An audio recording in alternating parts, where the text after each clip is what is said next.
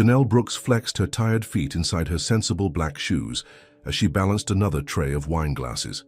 6 hours into her shift at the Hamilton Estate Charity Gala, and her smile was starting to crack at the edges, but she couldn't afford to show it, not when tips from events like this were the only thing keeping her family's electricity on this month. "Remember, everyone," Marcus, the catering manager, gathered the staff for a quick huddle in the service corridor.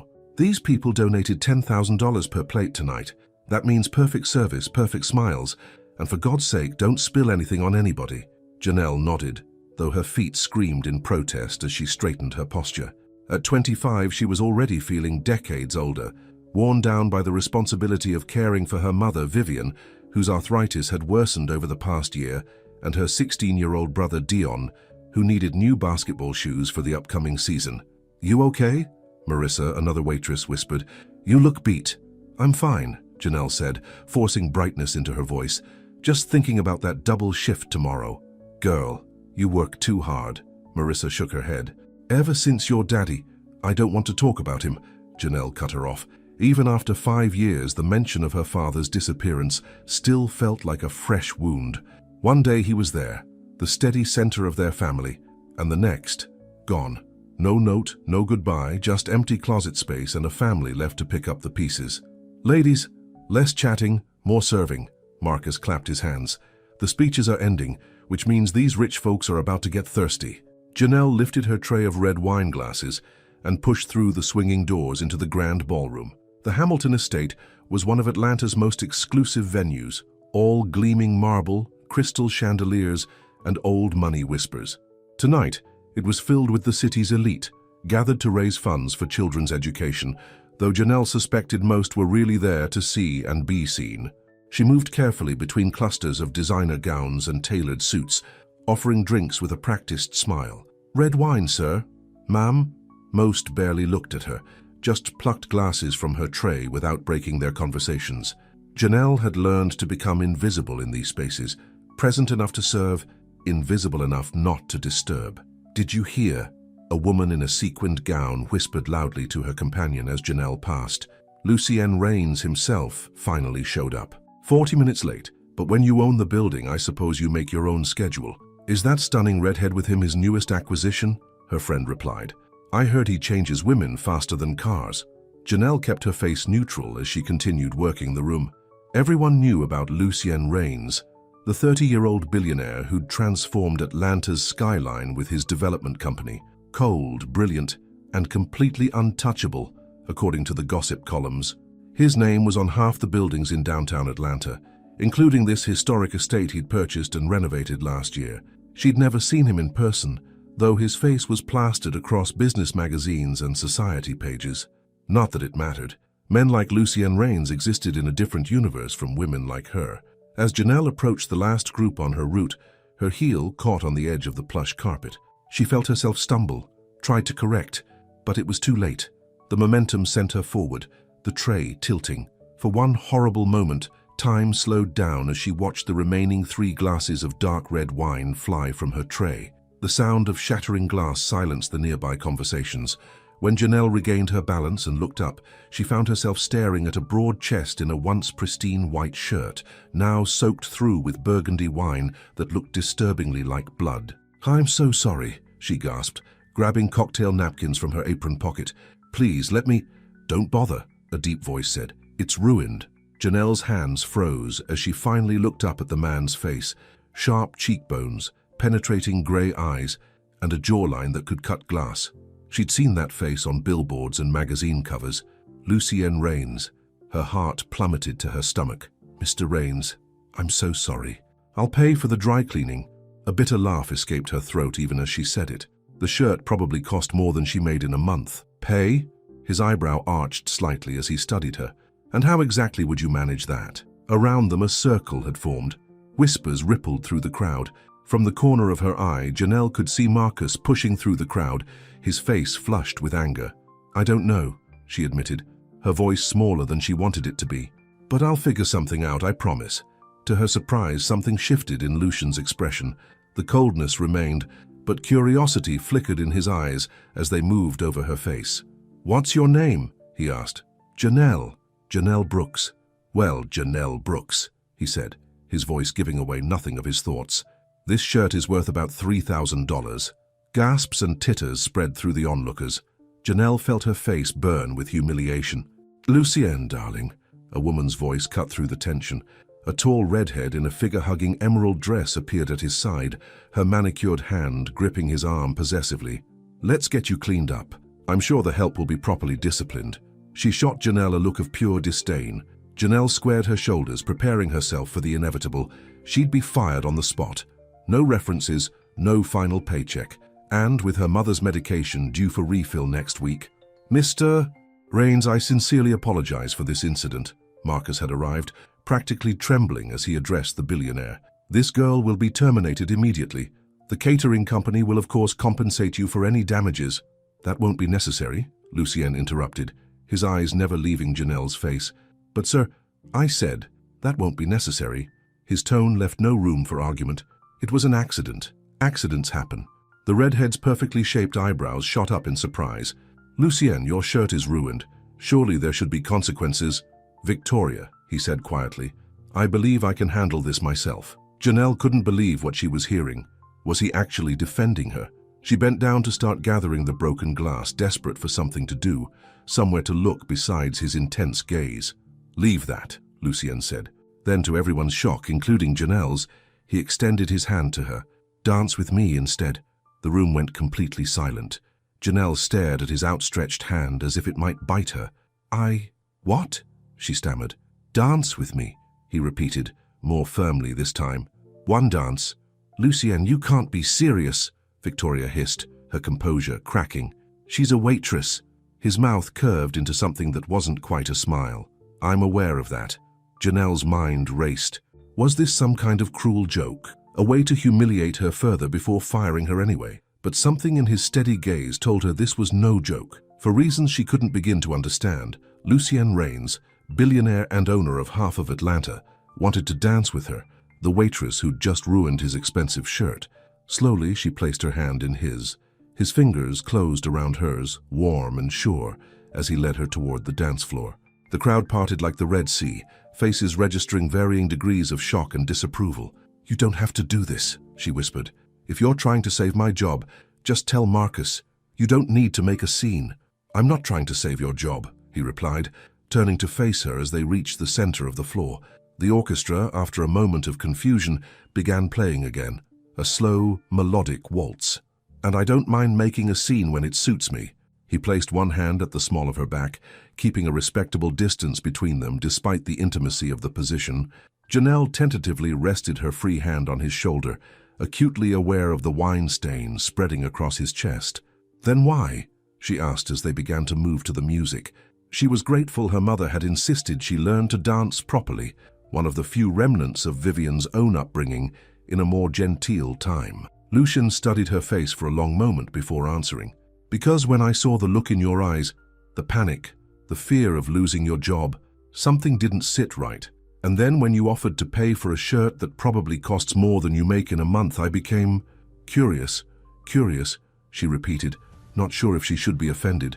"Yes, most people in this room would have made excuses, blamed the carpet, blamed me for standing in the wrong place. You didn't." His mouth quirked slightly. "That makes you a rarity here." Around them, couples had begun to join the dance, though many continued to stare and whisper. Victoria stood at the edge of the floor, her beautiful face twisted with fury. "Your date doesn't seem happy," Janelle observed. "Victoria isn't my date," Lucien replied smoothly. "She's the daughter of a business associate who invited herself to accompany me this evening. But you're right, she isn't happy." The music swelled around them as he guided her through a turn. Janelle was surprised by how easily they moved together, how naturally she followed his lead. "You're a good dancer," he remarked. "My mom taught me. She said every young lady should know how to waltz, even if the only place she ever uses it is in her kitchen." Janelle smiled at the memory, then immediately wondered why she was sharing personal details with this man. "And your father?" Lucien asked, his tone casual, but something in his eyes sharpened. The question caught her off guard. "He's not in the picture anymore." "I'm sorry to hear that," he said, and strangely, he sounded sincere. As the music drew to a close, Lucien slowed their movement but didn't immediately release her. "Thank you for the dance, Janelle Brooks. Thank you for not getting me fired," she replied, finally allowing herself a genuine smile. And again, I'm really sorry about your shirt. He glanced down at the stain as if noticing it for the first time. It's just a shirt. I have others. Of course he did. Men like him probably had closets full of identical white shirts, each one worth more than her monthly rent. As they left the dance floor, Marcus hurried over, his relief palpable. Miss Brooks, please return to the kitchen for reassignment. Janelle nodded, grateful to escape the stares and whispers. She gave Lucienne a small nod of thanks before turning to go. Ms. Brooks, Lucienne called after her, making her pause. I hope the rest of your evening is less eventful. Was that a hint of humor in his voice? Before she could decide, Victoria had reclaimed her position at his side, shooting daggers at Janelle with her eyes. Well, that was quite the charity act, Lucienne, she heard Victoria say as she walked away.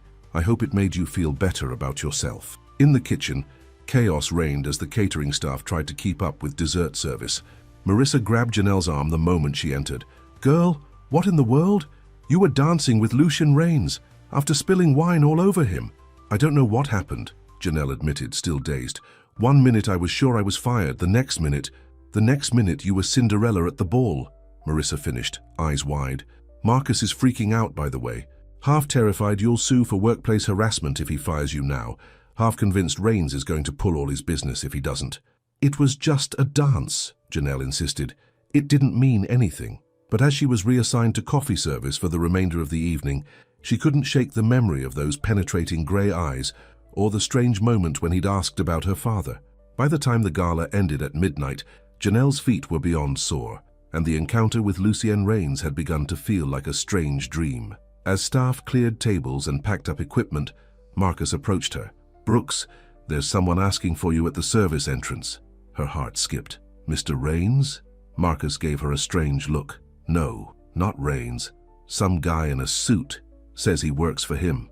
Outside, a tall man in a dark suit stood beside a sleek black car. Ms. Brooks, I'm Warren, Mr. Rains' personal assistant.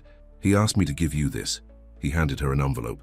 Inside was a business card with Lucien's name and a phone number handwritten on the back, along with a brief note. If you're interested in a different kind of work, call me. Better hours, better pay. No wine trays involved. LR. He also asked me to offer you a ride home, Warren added. He thought you might be tired after your shift.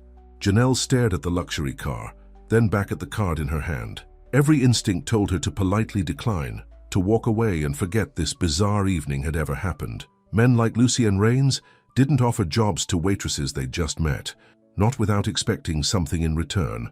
Please thank Mr. Rains, but I'll take the bus, she said, tucking the card into her pocket. It's my usual route. Warren nodded, seemingly unsurprised. As you wish, Ms. Brooks. The offer remains open. The night air was cool as Janelle walked to the bus stop, her mind swirling with questions. Why had Lucian singled her out? What kind of job was he offering? And why had he asked about her father? By the time she reached the small apartment she shared with her mother and brother, it was nearly 2 a.m. She quietly let herself in, expecting everyone to be asleep. Instead, she found her mother sitting at the kitchen table, a pile of bills spread before her, her face drawn with worry. Mama, you should be in bed, Janelle said, setting down her bag. Your joints will be swollen tomorrow if you don't rest. Vivian Brooks looked up, the lines around her eyes deepening. At 50, she looked much older, years of hard work and grief etched into her face. The hospital called. They've moved up my appointment. The specialist wants to try a new treatment. That's good news, right? Her mother pushed a piece of paper toward her. It's not covered by our insurance. $3,000, Janelle, just for the first round. The same amount as Lucien's ruined shirt. The irony wasn't lost on her. We'll figure it out, Mama, Janelle said, though she had no idea how. They were already behind on rent, and Dayon needed new school supplies. Your brother got into trouble at school again today, Vivian added, rubbing her temples, fighting with some boy who said his father ran off because he was ashamed of him. Janelle's chest tightened. 5 years, and the rumors still followed them. Harold Brooks, respected community leader and small business owner, vanishing without a trace. Some said he'd embezzled money and fled to avoid prosecution. Others whispered about another woman, a secret family. The truth was they had no idea why he'd left, only the devastation he'd left behind. I'll talk to him in the morning, she promised, helping her mother up from the chair. Right now you need to sleep. Later, in the darkness of her small bedroom, Janelle pulled out Lucien's card again. Better hours, better pay. The temptation was almost overwhelming, but something didn't add up. Why would a billionaire businessman take a personal interest in a waitress? What did he really want from her? And why, when he'd asked about her father, had she felt a strange chill, as if the question held more significance than it should?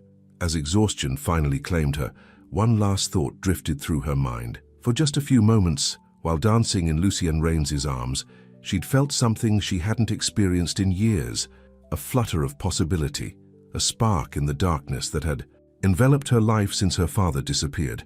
It was dangerous, that spark, but as she drifted off to sleep, the business card still clutched in her hand, Janelle couldn't deny that some part of her wanted to see where it might lead.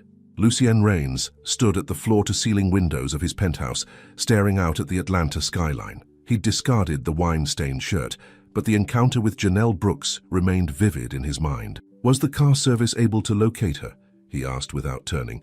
Warren, ever present even at this late hour, nodded. Yes, sir. I offered her a ride, but she declined. I gave her your card as instructed. And did she seem interested? Hard to say, sir. Cautious, certainly. Lucien nodded, unsurprised. He would have been disappointed if she'd eagerly accepted. Her wariness, her independence, these were the very qualities that had caught his attention. Sir, if I may, Warren ventured, what is your interest in this woman? She's hardly your usual type. Lucien turned, his expression unreadable. My usual type, as you put it, has proven to be uniformly disappointing. Perhaps it's time to look elsewhere. For a personal assistant position? Warren asked carefully. For now. Lucien moved to his desk and unlocked the bottom drawer, removing a worn file folder. Inside was a newspaper clipping. Local business owner missing, foul play suspected. The photo showed a smiling, middle-aged black man, Harold Brooks. Find out everything you can about her family situation, Lucien instructed, closing the file. Finances, her mother's health, the brother's school records, everything. May I ask why, sir? Lucien's mouth set in a hard line. Because 5 years ago, her father stumbled onto something he shouldn't have, something that got him killed. And the same people responsible are now trying to do the same to me. And the daughter, does she know anything? I don't believe so, but she might be the key to finding out who's behind it all. Lucien stared back out at the city lights, his reflection grim in the glass. And to finally getting justice for Harold Brooks. What he didn't say, what he couldn't quite admit even to himself, was that something else had drawn him to Janelle, something beyond his investigation, beyond the connection to her father. The genuine warmth in her eyes, the quiet dignity in her apology, the way she'd moved in his arms during their dance. These things had awakened something he'd thought long dead, and that perhaps was the most dangerous development of all. Morning light filtered through the thin curtains as Janelle's alarm blared. She groaned, reaching to silence it.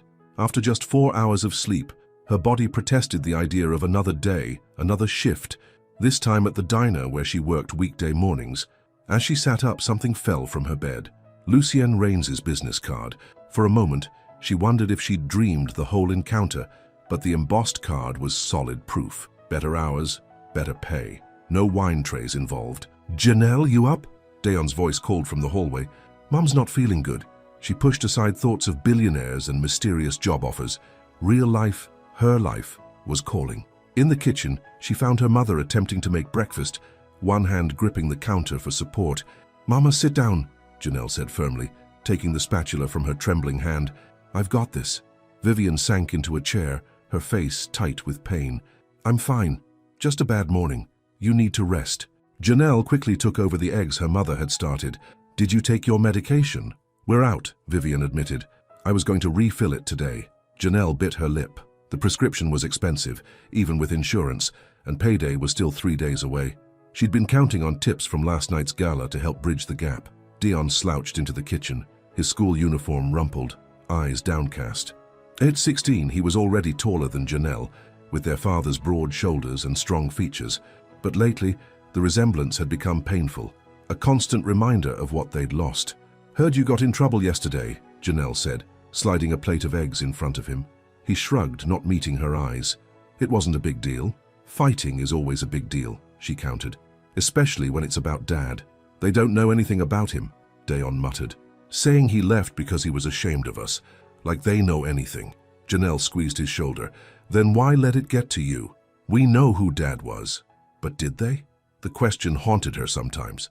Had they ever really known Harold Brooks, the man who coached Little League and sang off-key in church, who taught Janelle to change a tire and balance a checkbook, who promised he'd always be there for them until he wasn't? "I've got basketball practice after school," Dion said, changing the subject. "Coach says there's a scout coming next week." "That's great," Janelle smiled, genuine pride momentarily displacing her worries. Dion was talented, college scholarship talented if he stayed on track. "Just keep your grades up, okay, and no more fighting." After they'd eaten and Dion had left for school, Janelle helped her mother back to bed. "I'll pick up your prescription on my way home from the diner," she promised. Somehow she'd figure out the money. She always did. "You work too hard," Vivian said, her eyes filling with tears. "This isn't the life I wanted for you, baby." "It's temporary," Janelle assured her, though they both knew it wasn't true. Nothing had been temporary since Harold disappeared. "Just until you're better and Dion graduates." Alone in her room, changing into her diner uniform, Janelle found herself staring at Lucian's card again. Better pay could mean so much. Regular medication for her mother. No more choosing between electricity and groceries. Maybe even saving for Dion's college expenses if his scholarship didn't cover everything. But what exactly would the job entail? And why her? Before she could overthink it, she picked up her phone and dialed the number. It rang twice before a crisp, professional voice answered. "Mr. Rain's office." "This is Janelle Brooks," she said, her mouth suddenly dry. "Mr. Rains asked me to call about a job." "Ah, Ms. Brooks. Yes, Mr. Rains mentioned you might call. He's in meetings this morning, but he's asked if you could come to Rains Tower at 2 p.m. for an interview. Would that be possible?" Janelle hesitated. Her shift at the diner ended at 1:30. She could make it if she hurried. "Yes, I can be there." "Excellent. Lobby level, ask for the executive elevator. Someone will meet you." The call ended, leaving Janelle staring at her phone. What had she just agreed to? Her shift at the diner passed in a blur of coffee refills and breakfast orders. By the time she clocked out, she barely had 20 minutes to make it to Rains Tower in downtown Atlanta. She caught the bus, grateful she'd brought a change of clothes. A simple navy blue dress that was the closest thing to business attire she owned. She changed in the tiny diner bathroom, quickly refreshed her makeup, and pulled her hair back into a neat bun. Rains Tower dominated the Atlanta skyline, 70 stories of gleaming glass and steel. Janelle had passed it countless times, but had never been inside. As she approached the soaring lobby with its marble floors and modern art installations, she felt wildly out of place. At the security desk, she gave her name, half expecting to be turned away. Instead, the guard smiled and directed her to a private elevator at the far end of the lobby. "Mr. Rain's office is on the top floor," he said, handing her a special access card. "This will take you up." The elevator was lined with mirrors and wood paneling. As it shot upward, Janelle's stomach lurched, partly from the speed, partly from nerves.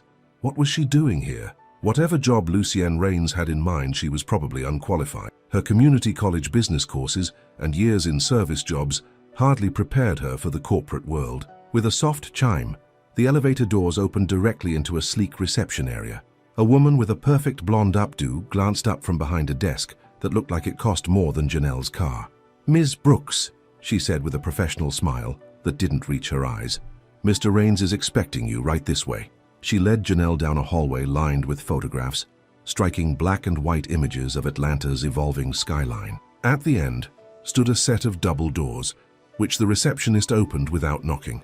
Lucienne Rains stood by the windows, his back to the door, silhouetted against the panoramic view of the city. He turned as they entered, and Janelle was struck again by his presence, commanding yet contained like a tightly coiled spring. "Ms. Brooks," he said, his voice carrying the same intensity she remembered from the night before. "Thank you for coming." "Thank you for the invitation," she replied, pleased that her voice sounded steadier than she felt. The receptionist withdrew, closing the doors behind her, leaving Janelle alone with the billionaire. "Please, sit." He gestured to a seating area with sleek leather chairs. As she sat, Janelle noticed something on the coffee table, a folder with what looked like financial documents. Lucienne followed her gaze and closed the folder, sliding it aside. "Can I offer you something to drink? Coffee, water?" "Water would be fine, thank you." He pressed a button on a small panel, and moments later, a different assistant, a young man in a perfectly tailored suit, appeared with 2 glasses of water. "That will be all, Warren," Lucienne said, dismissing him. When they were alone again, Lucienne sat across from her, studying her face with that same curious intensity he'd shown at the gala. "I imagine you're wondering why I asked you here," he began. "The thought crossed my mind," Janelle admitted, "along with what kind of job you could possibly think I'm qualified for." A ghost of a smile touched his lips. "You're direct. I like that." He leaned forward slightly. "I'm looking for a personal liaison for a community development project, someone who can connect with people on a level that I struggle with. And you think that's me because I saw how you handled yourself last night. When most people would have been thinking about themselves, their embarrassment, their job, your first concern was making things right. That speaks to character." Janelle wasn't sure if she should be flattered or suspicious. "With all due respect, Mr. Rains, you don't know anything about me." Something flashed in his eyes. Surprise, perhaps, that she would challenge him. "I know more than you might think, Ms. Brooks. I know you're supporting your mother and brother. I know you work at least 2 jobs. I know your father disappeared 5 years ago." She stiffened. "How do you know that?" "Background check," he replied smoothly. "Standard procedure for potential employees." It made sense, but something about his interest in her family didn't sit right. Still, she needed the job, needed the money too badly to walk away based on a feeling. "What exactly would this position entail?" she asked. "I'm developing a community center in Riverside," he explained, referring to a historically black neighborhood that had recently become a target for gentrification. "The project has faced resistance. Locals don't trust me or my company. They see us as vultures coming to push them out and replace their homes with luxury condos." "Aren't you?" Janelle asked before she could stop herself. Rather than being offended, Lucienne seemed almost pleased by her candor. "That's not my intention. But intentions mean little without trust. That's where you would come in. You'd be the bridge, meeting with community leaders, gathering input, making sure their voices are heard in the development process." It sounded almost too good to be true. "And the compensation?" $70,000 annually plus benefits, health insurance that would cover your mother's condition, a company car for your use. Janelle couldn't hide her shock. The amount was more than double what she currently made between both jobs. "Why me?" she asked again, unable to shake the feeling that there was more to this offer than Lucienne was saying. There must be dozens of qualified people who'd want this position, people with degrees in community development or urban planning. Lucienne stood and walked to the window, hands in his pockets. "Those people come with agendas and preconceptions. You come with life experience and authenticity." He turned to face her. "And sometimes, Ms. Brooks, the right person for a job isn't the one with the perfect resume. It's the one with the right instincts." Before she could respond, there was a knock at the door, and Warren entered again. "I'm sorry to interrupt, sir, but your 3 o'clock is here. Ms. Hartwell is quite insistent." Lucian's jaw tightened almost imperceptibly. "Tell her I'll be with her shortly." After Warren left, Lucian returned to where Janelle sat. "The job is yours if you want it. Take the weekend to think about it." "I don't need the weekend," Janelle said, standing. "I'll take it." He seemed almost surprised by her quick decision. "You should know what you're getting into first. This won't be easy. You'll face skepticism from the community and resistance from within my company. People will question your qualifications and my reasons for hiring you. People have been underestimating me my whole life, Mr. Rains. I'm used to it." For the first time he smiled, a real smile that transformed his face, making him look younger, more approachable. "I believe that." He extended his hand. "Welcome to Rains Development, Ms. Brooks." As they shook hands, the door burst open. Victoria Hartwell swept in, resplendent in a designer suit, her red hair flowing around her shoulders. She stopped short at the sight of Janelle. "You?" she said incredulously. "The waitress?" "Victoria." Lucian's voice had gone cold again. "I don't recall inviting you into my office." "I needed to speak with you about the charity board meeting," Victoria said, her eyes still fixed on Janelle. "I didn't realize you were busy." "Ms. Brooks has just accepted a position with my company," Lucian said evenly, "as liaison for the Riverside project." Victoria's perfectly made-up face couldn't quite hide her shock. "Liaison? Her? Lucian, you can't be serious. She has no experience, no connections." "That's enough," he cut her off sharply. "My hiring decisions aren't up for discussion, especially not with someone who isn't part of my executive team." Victoria's cheeks flushed with anger and embarrassment. "I see. Well, I won't take up any more of your valuable time." She turned on her heel and stalked out, leaving an awkward silence in her wake. "I'm sorry about that," Lucian said. "Victoria's father is an investor in several of my projects. She sometimes forgets that doesn't entitle her to input on my business decisions." Or your personal ones? Janelle couldn't help asking. Something like amusement flickered in his eyes. Those least of all. He pressed the intercom button. Warren, please show Ms. Brooks to HR to complete her paperwork and have a car ready to take her home afterward. Within an hour, Janelle had signed more documents than she'd ever seen in her life, been issued a company ID and credit card, and scheduled to start the following Monday. As promised, a sleek company car, a black Audi with tinted windows, waited to take her home. Mr. Raines also asked me to give you this, the driver said, handing her an envelope as she settled into the luxurious back seat. Inside was a check, a signing bonus, the attached note explained, to help with any immediate expenses before her first paycheck. The amount made her breath catch. $10,000, her mother's medication, Dion's basketball shoes, the overdue rent, all covered with plenty left over. It felt like a miracle, but as the car wove through Atlanta traffic toward her neighborhood, Janelle couldn't shake the feeling that this sudden change in fortune came with strings she couldn't yet see. By the time she arrived home, the sun was setting. Dion's basketball lay abandoned on the small patch of grass that passed for their front yard. Inside, she found him at the kitchen table, books spread out, but clearly untouched. "Where have you been?" he asked. "Mom was worried. I told her you probably picked up another shift." "Something like that," Janelle said, setting down her purse. "Where is she?" "Lying down. Her joints were really bad today." Janelle nodded, feeling a pang of guilt for not being there. "I've got good news, though. I got a new job, a much better one." She explained about the position with Raines' development, watching her brother's expression shift from skepticism to cautious excitement. "So this rich guy just offered you a job because you spilled wine on him? That doesn't sound weird to you?" "It's not like that," Janelle insisted, though the same question had been nagging at her. "It's a real position. I signed actual employment papers." "If you say so," Dion shrugged. "But guys like that don't do anything without a reason. The reason is, he needs someone the Riverside community will trust," she said, trying to convince herself as much as her brother. "Anyway, the important thing is I can pick up Mom's medication tonight, and—" She pulled out the check, showing it to him. "We can finally get you those new basketball shoes you need." Dion's eyes widened at the amount. "Whoa." "Yeah, whoa is right. Things are going to be different now, Dion, better." Later, after she'd gone to the pharmacy and her mother was resting more comfortably, Janelle sat on her bed, trying to process the whirlwind changes of the past 24 hours. From nearly losing her job to landing a position that paid more than she'd ever dreamed possible, it felt surreal. Her phone chimed with a text message from an unknown number. "Car will pick you up Monday, 8 a.m. Enjoy your weekend. L.R. Lucien Raines," texting her personally. The intimacy of it was startling. She typed back a simple "thank you," then hesitated before adding, "for everything." His response came immediately. "You earned it, Ms. Brooks." She smiled at the formality. Even in text messages, he maintained that cool professional distance, but then what had she expected? He was her boss now, not her friend, certainly not anything more. Still, as she drifted off to sleep that night, it wasn't the money or the job security that lingered in her mind.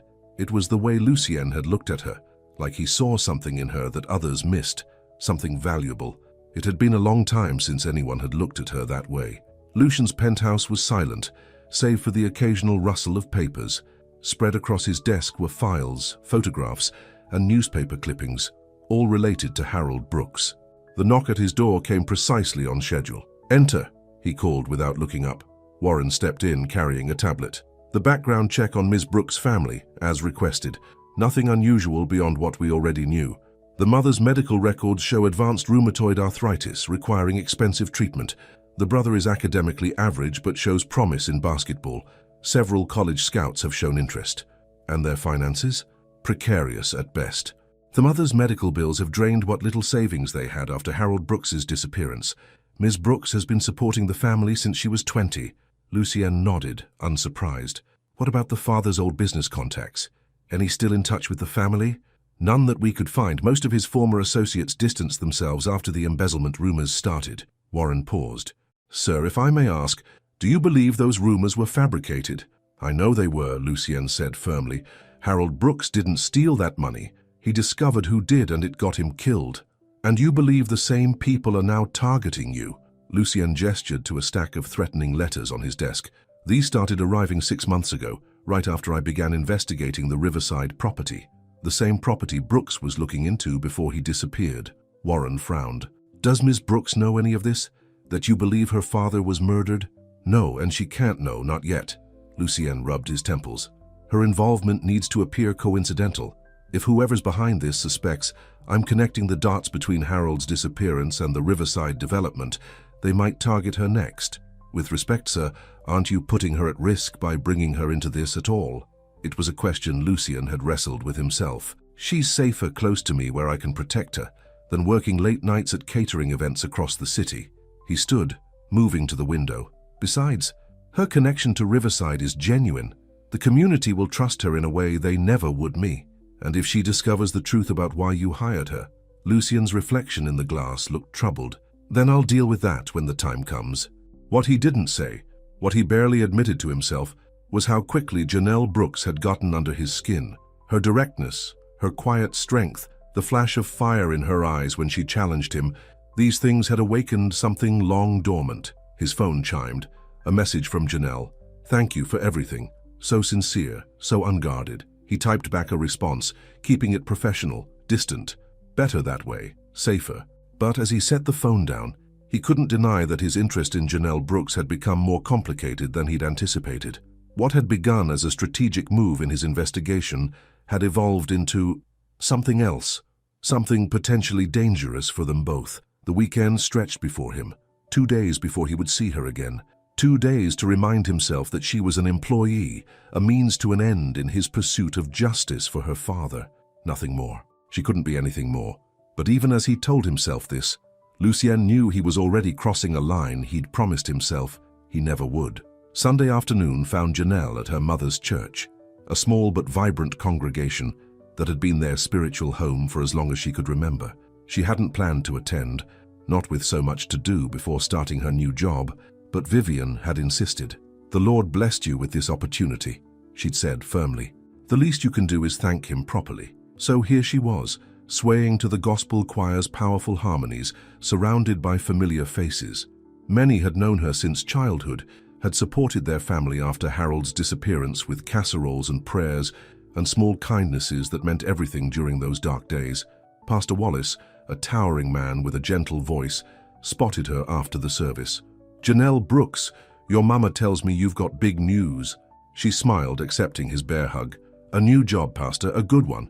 With benefits, Vivian added proudly, standing straighter than Janelle had seen in months. The new medication was already making a difference. Well, praise the Lord for that, Pastor Wallace beamed. Where are you working now? Rains Development, Janelle said. I'll be a community liaison for their Riverside project. The pastor's smile faltered slightly. Lucien Rains' company, the one buying up half of Riverside. It's not like that. Janelle found herself defending her new employer. They're building a community center. Mr. Rains wants to work with the neighborhood, not against it. Pastor Wallace studied her face. Developers always talk about community benefits, Janelle, but when the dust settles, it's usually the original residents who find themselves pushed out. That's why I took the job, she insisted. To make sure that doesn't happen. He patted her shoulder. Your heart's in the right place, just be careful. Men like Lucien Rains play by different rules than the rest of us.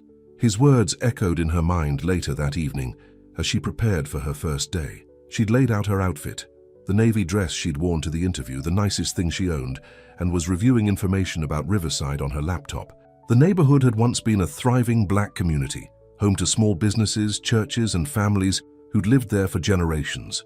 But recent years had brought decline, businesses closing, crime rising, young people moving out.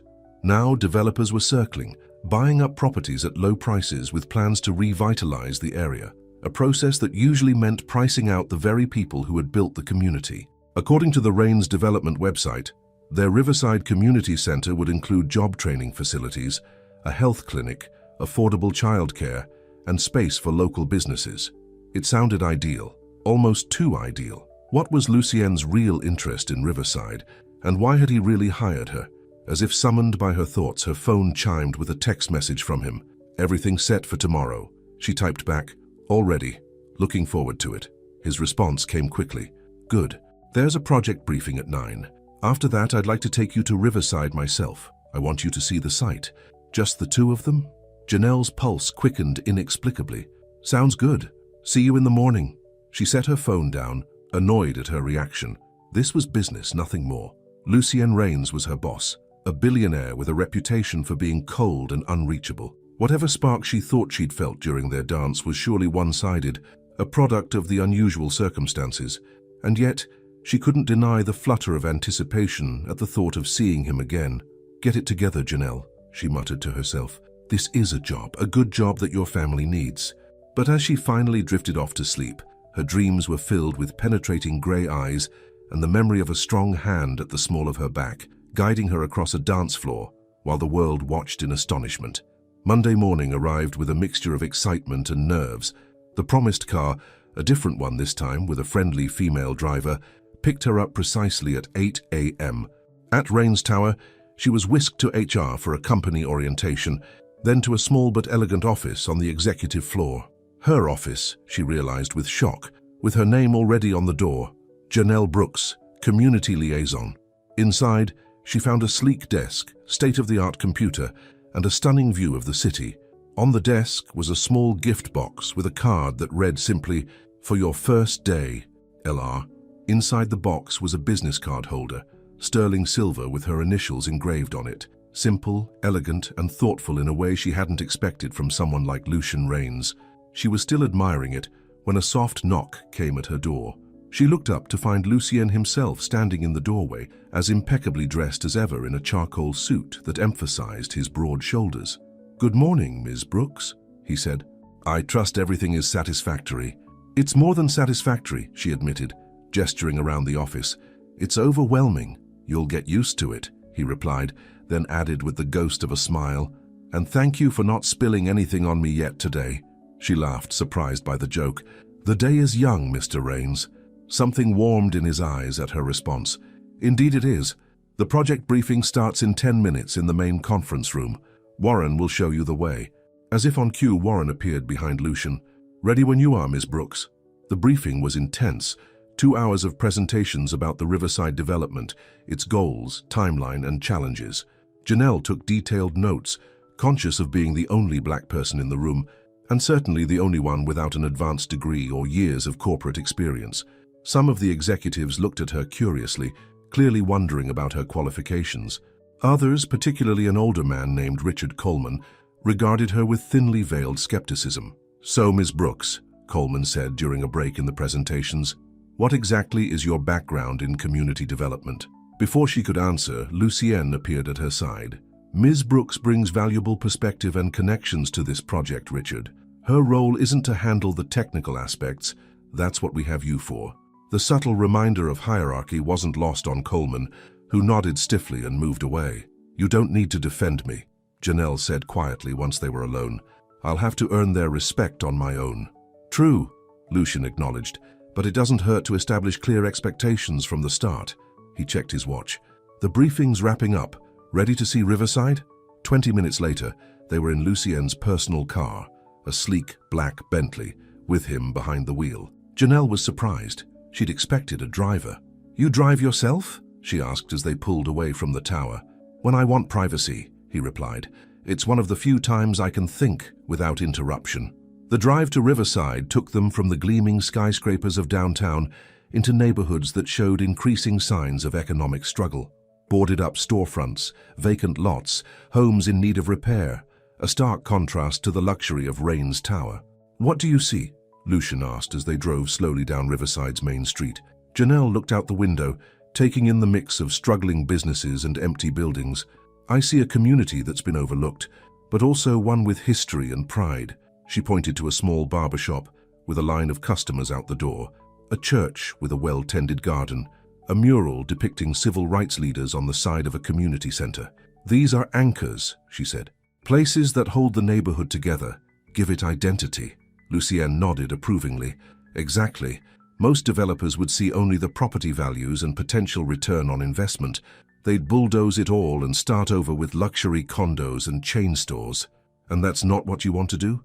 He pulled over, parking in front of a large vacant lot surrounded by chain-link fencing. "This is the site.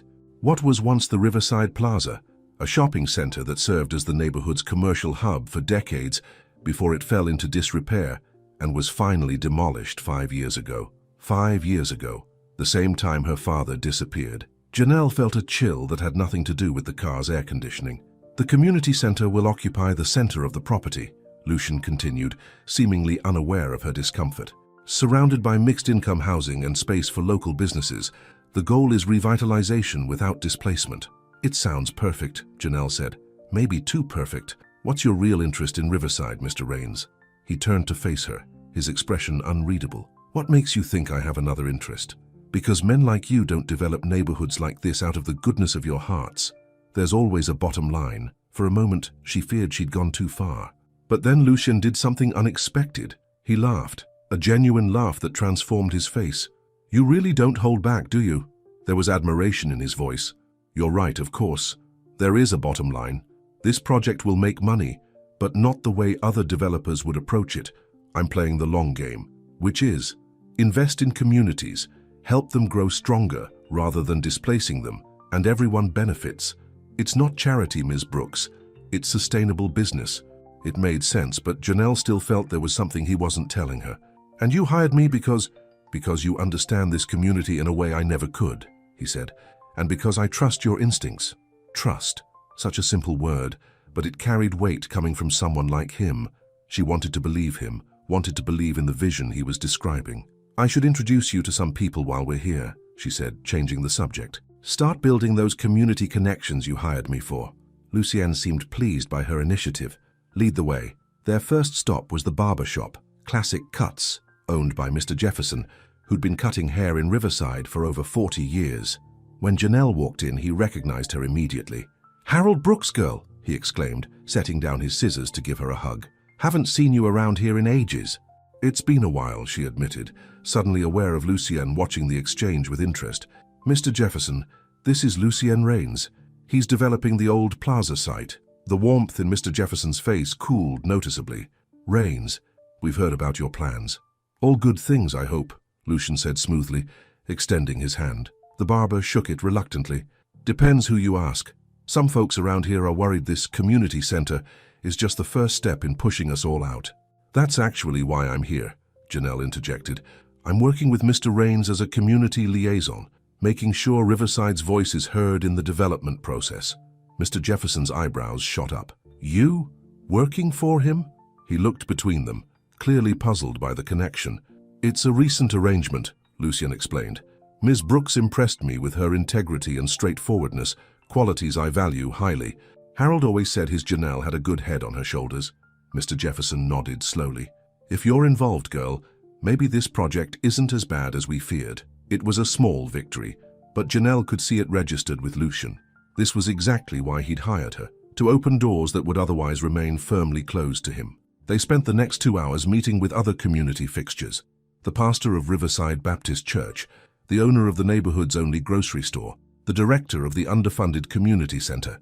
Each time, the pattern repeated. Initial wariness of Lucian, followed by cautious acceptance when Janelle vouched for the project. You see what I mean now, Lucian said as they walked back to his car. Without you, those conversations wouldn't have happened. They're still skeptical, Janelle warned. One visit won't change that. But it's a start. He opened the car door for her, a gentlemanly gesture that seemed natural coming from him. You were impressive in there. You have a gift for connecting with people. The compliment warmed her more than it should have. I just talk to them like people, not projects or obstacles. A skill many in my position lack, Lucian admitted as he started the car, including me at times. It was the most personal statement he'd made, an acknowledgement of his own limitations. Before Janelle could respond, his phone rang. He glanced at the screen and frowned. I need to take this. Excuse me, he answered with a curt, Rains. As he listened, his expression darkened. When? Are you certain? A pause. No, don't call the police yet. Secure the site and wait for me. I'm 20 minutes away. He ended the call and turned to Janelle, his manner suddenly all business. There's been an incident at the Riverside site. Someone broke through the security fencing overnight, left some messages we need to deal with. What kind of messages? Janelle asked, suddenly alert. The kind meant to intimidate, Lucian replied grimly, accelerating through a yellow light. This isn't the first time. When they arrived back at the vacant lot, a security guard met them at the gate. His face was grim as he led them toward the center of the property. Found it during my morning rounds, he explained. Must have happened overnight. Janelle gasped when she saw it, Spray painted across the bulldozers and construction equipment in bold red letters were the words "blood money" and "Brooks knows the truth." Brooks, her family name, her father's name. She turned to Lucien, whose face had gone hard as stone. "What is this? What does my father have to do with this property?" For a moment he seemed at a loss for words, something she suspected was rare for Lucien Rains. "I don't know," he finally said, but something in his eyes told her he wasn't being entirely truthful.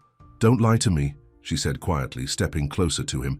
"If you know something about my father, I deserve to hear it." Lucien glanced at the security guard, then back at Janelle. "Not here. We'll discuss it back at the office." The drive back to Rains Tower was tense, filled with unspoken questions. Janelle's mind raced. What connection could her father possibly have to the Riverside property, and why would someone spray paint his name there 5 years after his disappearance? By the time they reached Lucien's office, her patience had run out. "Talk to me," she demanded as soon as the door closed behind them. "What's going on?" Lucien walked to his desk and unlocked a drawer, removing a file folder. He seemed to hesitate before handing it to her. "This isn't how I wanted you to find out." With trembling hands, Janelle opened the folder. Inside were newspaper clippings about her father's disappearance, police reports, and photographs of the Riverside Plaza before its demolition. In one photo, she recognized her father standing in front of the building with a group of men, one of whom was a much younger Lucien Rains. "You knew my father," she whispered, looking up at him in shock. "You knew him and you never said anything." "I didn't know him well," Lucien said carefully. "We met only once shortly before he disappeared. He was investigating some irregularities in the sale of the Riverside Plaza. As a commercial real estate broker, he had concerns about who was really behind the purchase." "And who was behind it?" Janelle asked, her voice barely audible. "On paper, a company called Meridian Investments. But your father suspected it was actually a front for someone else, someone who wanted to avoid public scrutiny." Lucien paused. "Someone dangerous. And now you're developing the same property." Janelle's mind was connecting dots, forming a picture she didn't want to see. "That's why you hired me, isn't it? It had nothing to do with my integrity or connecting with people. You're using me to get to something related to my father." "No," Lucien said firmly, moving toward her. "That's not—" "Don't," she stepped back, holding up a hand to keep him at a distance. "Just tell me the truth, for once." He exhaled slowly, running a hand through his perfectly styled hair, a surprisingly human gesture from someone who always seemed so controlled. "The truth is complicated, Janelle. Yes, I knew who you were when we met at the gala, and yes, I wanted to hire you partly because of your connection to Riverside through your father, but not for the reasons you think." "Then what reasons?" "I believe your father discovered something that got him killed," Lucien said bluntly. "And I think the same people might be targeting me now." The word "killed" hit Janelle like a physical blow. For 5 years, she'd lived with the uncertainty of her father's fate. Missing, the police said, most likely ran off, abandoned his family, but deep down, she'd never believed it. Harold Brooks would never have left them voluntarily. "What evidence do you have?" she asked, fighting to keep her voice steady. "Nothing concrete enough for the police," Lucien admitted, "but too many coincidences to ignore. The threatening messages started when I began looking into the Riverside property, the same property your father was investigating before he vanished." Janelle sank into a chair, her legs suddenly unable to support her. "So you hired me for what? Bait, protection, some twisted sense of guilt?" "I hired you because you deserve to know the truth," Lucien said, kneeling in front of her chair so they were at eye level. "And because I truly do need someone the community trusts." Those weren't lies, Janelle. His use of her first name the first time he'd done so didn't escape her notice, nor did the sincerity in his eyes, but the revelation had shaken her too deeply for comfort. "I need to process this," she said, standing abruptly. I need time." Lucien stood as well, giving her space. "I understand. Take the rest of the day. We can talk more tomorrow." "If I come back tomorrow," she challenged. "You will," he said simply, "because now you want answers as much as I do." She couldn't deny it. If there was any chance of discovering what had happened to her father, she had to pursue it, even if it meant working with a man who had deceived her from the start. As she gathered her things to leave, Lucien called after her. "Janelle," she paused at the door. "Be careful. Whoever's behind this has already proven they're willing to kill to protect their secret." The warning followed her all the way home, where she found her mother napping peacefully, unaware that the ground had just shifted beneath their feet. For 5 years, They'd lived with the pain of abandonment, the stigma of Harold Brooks supposedly running from his responsibilities. What would it mean to Vivian, to Dion, if they learned he might have been murdered instead? That night, as Janelle lay awake staring at her ceiling, her phone chimed with a text message from Lucian. "I should have told you from the beginning, I'm sorry." Such simple words, but she sensed how difficult they must have been for someone like him to write. Another message followed. "Whatever you decide, I'll respect it. But I hope you'll come back. Not just for the investigation, but because you're exactly what the Riverside Project needs." Janelle read the messages twice before responding. "I'll be there in the morning. Not for you, for my father." His reply came instantly. "That's all I ask." She set her phone down, her mind still churning with questions. Who had killed her father? What had he discovered? And why, despite everything, did she still feel drawn to Lucien Rains, a man who had clearly been using her at least in part for his own purposes? As she finally drifted into an uneasy sleep, one thing became clear. The spilled wine that had brought them together was nothing compared to the secrets that might tear them apart. The sleek black car arrived at Janelle's apartment precisely at 8 a.m. the next morning. She was waiting on the front step, having barely slept, her mind consumed with questions about her father and Lucian's revelation. To her surprise, Lucian himself was in the back seat rather than a driver. He opened the door for her, his face serious. "I thought we should talk privately before reaching the office." She slid in beside him, maintaining a careful distance. "I have conditions," she said without preamble. "If I'm going to stay in this job, if we're going to work together to find out what happened to my father, I need complete honesty from you. No more secrets." "Agreed," Lucian nodded. "Ask me anything. Everything you know about my father's disappearance. Start at the beginning." As the car wove through morning traffic, Lucien told her what he knew. Harold Brooks had been working as a commercial real estate broker, facilitating the sale of the Riverside Plaza. During the process, he'd noticed discrepancies in the paperwork. Shell companies within shell companies, all designed to hide the true buyer. "He came to me because I'd expressed interest in the property previously," Lucian explained. "He thought I might have insights into who was really behind the purchase. We met once briefly. He showed me some documents that raised red flags." "What kind of red flags?" "Money laundering, primarily. The purchase price was inflated well beyond market value, which suggested the buyer was using the property to clean illegal funds." "And then what happened?" Janelle pressed. "We agreed to meet again the following week. He said he was gathering more evidence." Lucian's jaw tightened. "He never made it to that meeting. 2 days later, he was reported missing." "And you didn't go to the police?" "I did, but I had nothing concrete to offer, just suspicions and one brief meeting with a man I barely knew. The detective assigned to the case seemed convinced Harold had simply left town, possibly after embezzling clients' funds." The familiar sting of that accusation made Janelle wince. "Those rumors nearly destroyed my family's reputation. My mother couldn't show her face at church for months." "I never believed them," Lucian said quietly. "Your father struck me as a man of integrity. That's one of the reasons I became interested in the Riverside property again recently. I wanted to follow the thread he'd started pulling." "And that's when the threats began?" He nodded. "Anonymous messages at first, then break-ins at my office where nothing was taken but files were clearly searched. The graffiti yesterday was the most direct threat so far." "Why didn't you tell me all this from the beginning?" Janelle asked, the hurt evident in her voice. "I wanted to protect you," Lucien admitted. "And selfishly, I was afraid you wouldn't take the job if you knew the potential danger. But I also genuinely believe in the Riverside project, and I genuinely believe you're the right person to connect with the community."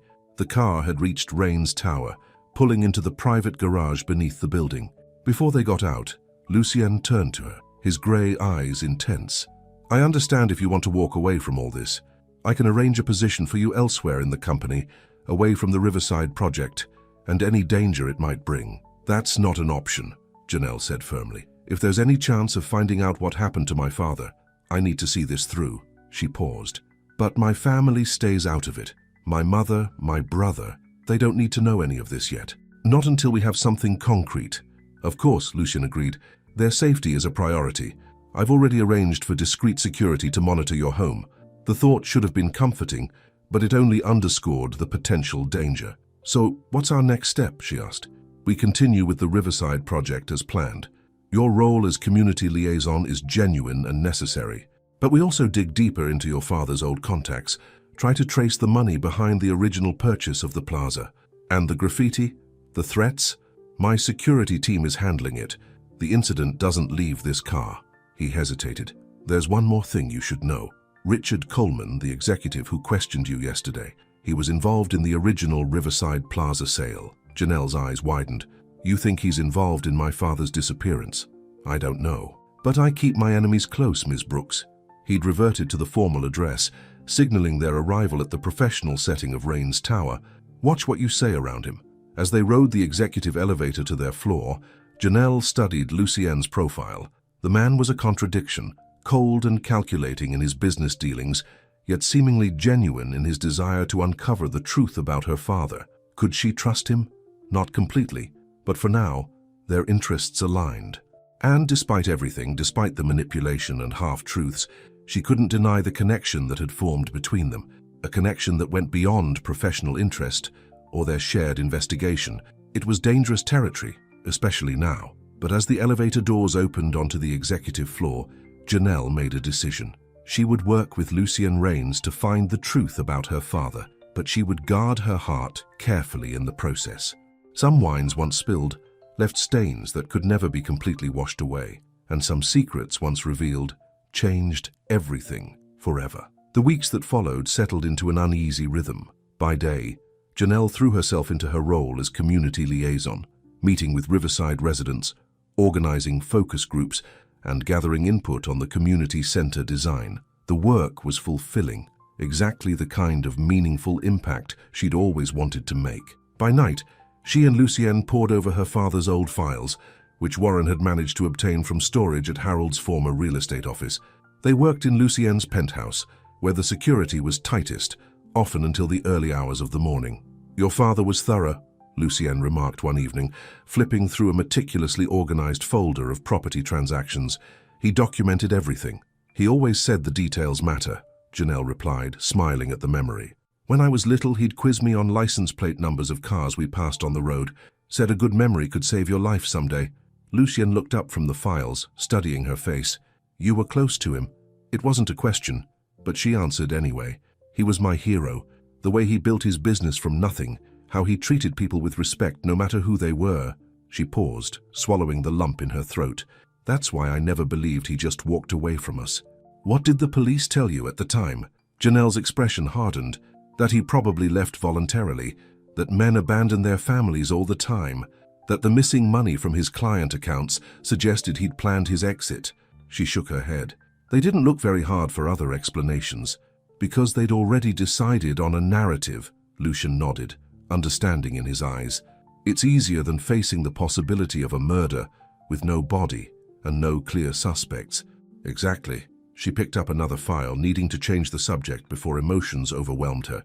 What are we looking for in these, anyway? Names, Lucien said. Connections. Anyone who might have been involved in both the original plaza sale and the current development landscape. They worked in companionable silence for another hour, the only sounds the rustle of papers and the occasional clink of ice in their water glasses. Lucien had offered wine earlier, but Janelle had declined with a wry smile. I think we've established that me and red wine in your presence is a dangerous combination.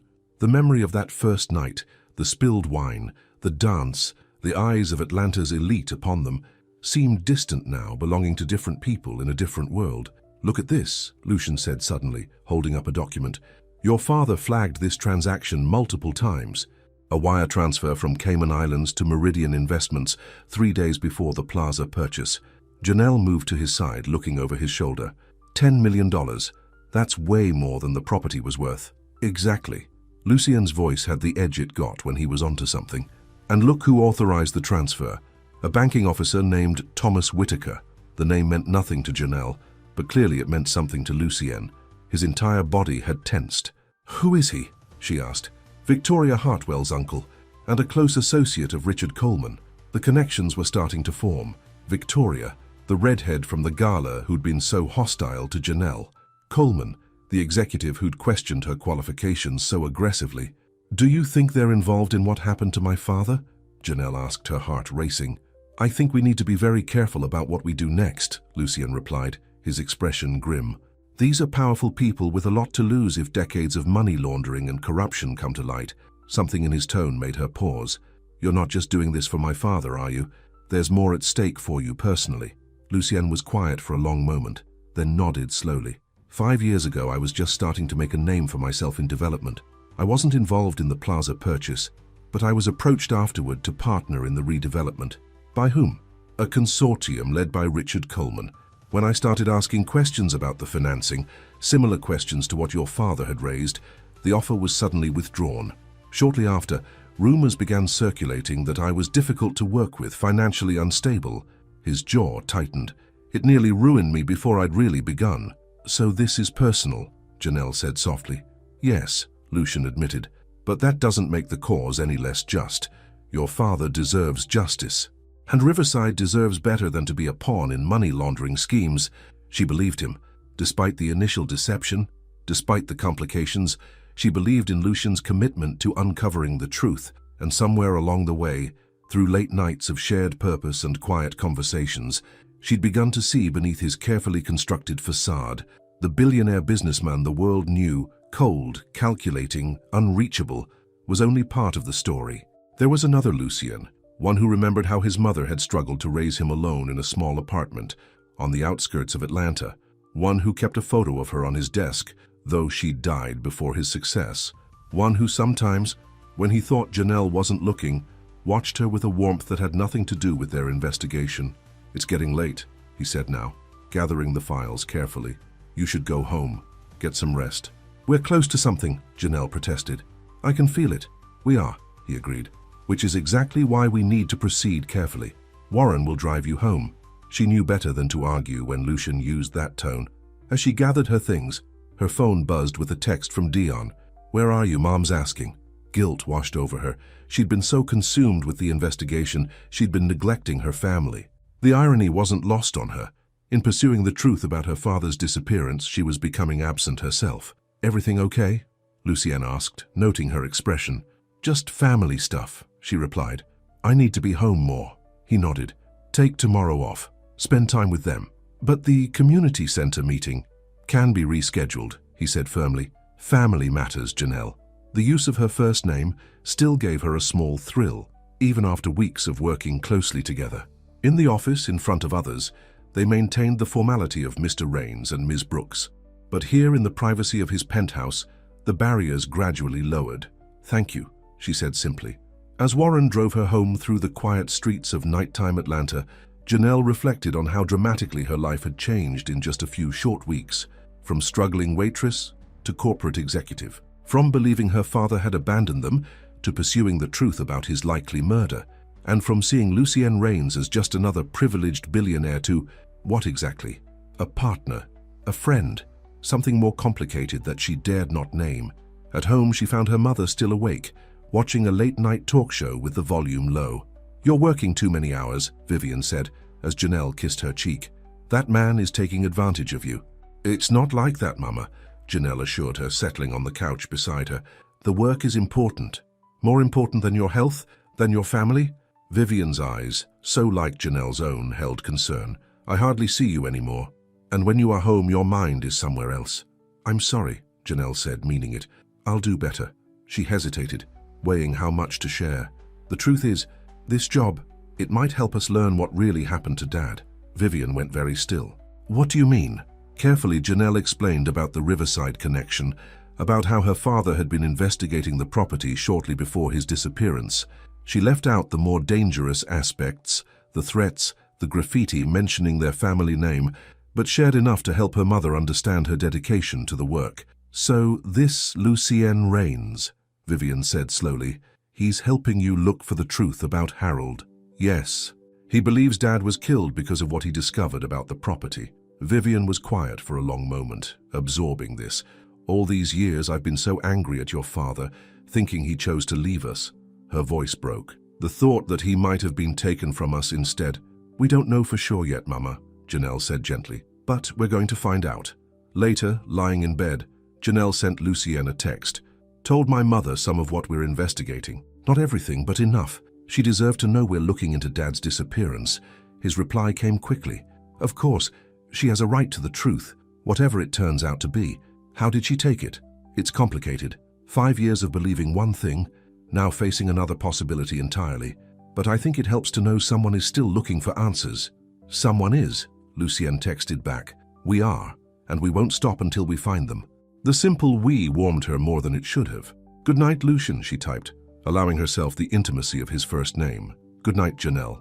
Sleep well. But sleep didn't come easily that night, or the next. The more pieces they uncovered, the more dangerous their investigation seemed, and the closer she felt to Lucien, the more confused her heart became. True to his word, Lucien insisted Janelle take the day off to be with her family. She spent the morning helping her mother with physical therapy exercises, then picked Dion up from school to watch his basketball practice. You look different, her brother commented as they walked toward the gym. More, I don't know, confident? Do I? Janelle laughed. Maybe it's the fancy new clothes. The company dress code had required a significant wardrobe upgrade, which her new salary easily covered. It's not the clothes, Dion shook his head. It's something else. You seem happier. Was she happier? Despite the stress of the investigation, despite the lingering grief over her father, there was something energizing about the work she was doing, and about the person she was doing it with. I like my job, she said simply. It feels like I'm making a difference. And your boss? Dion gave her a knowing look. The famous Mr. Rains. What about him? She asked, too quickly. Mom says you talk about him a lot, says there's something in your voice when you do. That's ridiculous, Janelle scoffed, though her cheeks warmed. He's my boss, we work together, that's all. Dion shrugged, unconvinced. If you say so. They reached the gym, where the coach was already putting the team through warm-up drills. Janelle settled in the bleachers, grateful for the distraction. Her phone buzzed with a text from Lucienne. Need to talk. Important development. Call when you can. Her heart raced as she stepped outside to call him. What is it? She asked without preamble. Warren found something. Lucienne's voice was tight with excitement. An email on Coleman's server, dating back to when your father disappeared. It references handling the Brooks situation and making sure he stays quiet. That's... Janelle's throat went dry. That's practically a confession. It's circumstantial, but it's the strongest link we've found so far. I'm meeting with my legal team this afternoon to discuss next steps. There was a pause. How's your family? The abrupt shift caught her off guard. They're good. I'm at Dion's basketball practice now. Good, stay there. Enjoy your day off. We'll talk more tonight. Lucienne, she said quickly before he could hang up, be careful. If Coleman realizes you're onto him, I always am, he assured her. Besides, I have excellent security. After they hung up, Janelle returned to the gym, but found it hard to focus on the practice. The email Lucienne had mentioned seemed like the break they'd been waiting for. Proof that Richard Coleman had been involved in whatever happened to her father. But it also raised the stakes dangerously. If Coleman realized they were gathering evidence against him, what might he do to protect himself? Her phone buzzed again, but this time it wasn't Lucienne. It was Warren. Mr. Rains asked me to check on you. Everything okay? The text seemed odd. She'd just spoken to Lucienne minutes ago. Why would he send Warren to check on her so soon after? Unless something was wrong. A chill ran down her spine as she quickly texted back, Fine, just at my brother's school. Why? Warren's response was immediate and alarming. Get to a public place with lots of people. Stay visible. Security team en route to you now. Janelle's heart pounded as she scanned the gymnasium. Nothing seemed amiss. Just teenagers practicing. A few parents watching from the bleachers. But Warren's urgent message had her on high alert. She spotted a man in a dark suit entering the gym, his eyes scanning the crowd until they landed on her. One of Lucienne's security team, she hoped, but she couldn't be sure. She'd only met a few of them. Her phone rang, Warren again. Are you somewhere safe? He asked the moment she answered. I'm in the school gymnasium, she said quietly, moving toward the exit on the opposite side from the man who'd entered. What's going on? There was an attempt on Mr. Rains's life, Warren said, his voice grim. About 20 minutes ago, his car exploded outside the Rains Tower garage. The world seemed to tilt beneath her feet. Is Lucien? He's alive, Warren assured her quickly. He wasn't in the car, but it was meant for him. And now we're concerned the same people might target you. I need to see him, Janelle insisted, panic rising in her throat. That's being arranged. The security team member approaching you now. His name is Davis. Dark hair, blue tie. He'll bring you to a secure location where Mr. Rains will meet you. She spotted the man Warren described moving toward her across the gym. Relief flooded through her, until she noticed a second man entering through another door. This one she recognized from Rain's development. Thomas Whitaker, Victoria Hartwell's uncle, the banking officer who had authorized the suspicious wire transfer. "Warren," she whispered urgently, "Thomas Whitaker is here at the school." "Get to Davis now," Warren ordered. "Do not let Whitaker approach you." Janelle moved quickly through the bleachers, catching Dion's eye on the court. She gestured that she needed to step out, hoping he wouldn't follow or ask questions. The security man, Davis, had spotted her and was making his way through the crowded gym, but Whitaker had seen her too, and he was closer. "Ms. Brooks," he called, his voice carrying over the sounds of squeaking sneakers and bouncing basketballs. "A word, please." She pretended not to hear, continuing toward Davis, who had picked up his pace. "Ms. Brooks," Whitaker called again, more insistently. "It's about your father." The word stopped her in her tracks. A mistake. She knew it, even as she turned to face him. Whitaker smiled, a cold expression that didn't reach his eyes. "I thought that might get your attention." Davis was still several yards away, slowed by a group of students who had gathered near the door. Janelle glanced toward the court, where Dayon was now watching her with concern. "What about my father?" she asked, keeping her voice steady despite the fear coursing through her. "Let's just say I know what really happened to him," Whitaker replied, stepping closer. "And unless you and Rains back off, the same thing might happen to you." The threat was unmistakable. Janelle took a step back, bumping into the bleachers behind her. "Are you admitting involvement in my father's disappearance?" "I'm giving you a friendly warning," Whitaker said, his voice low. "Drop the investigation.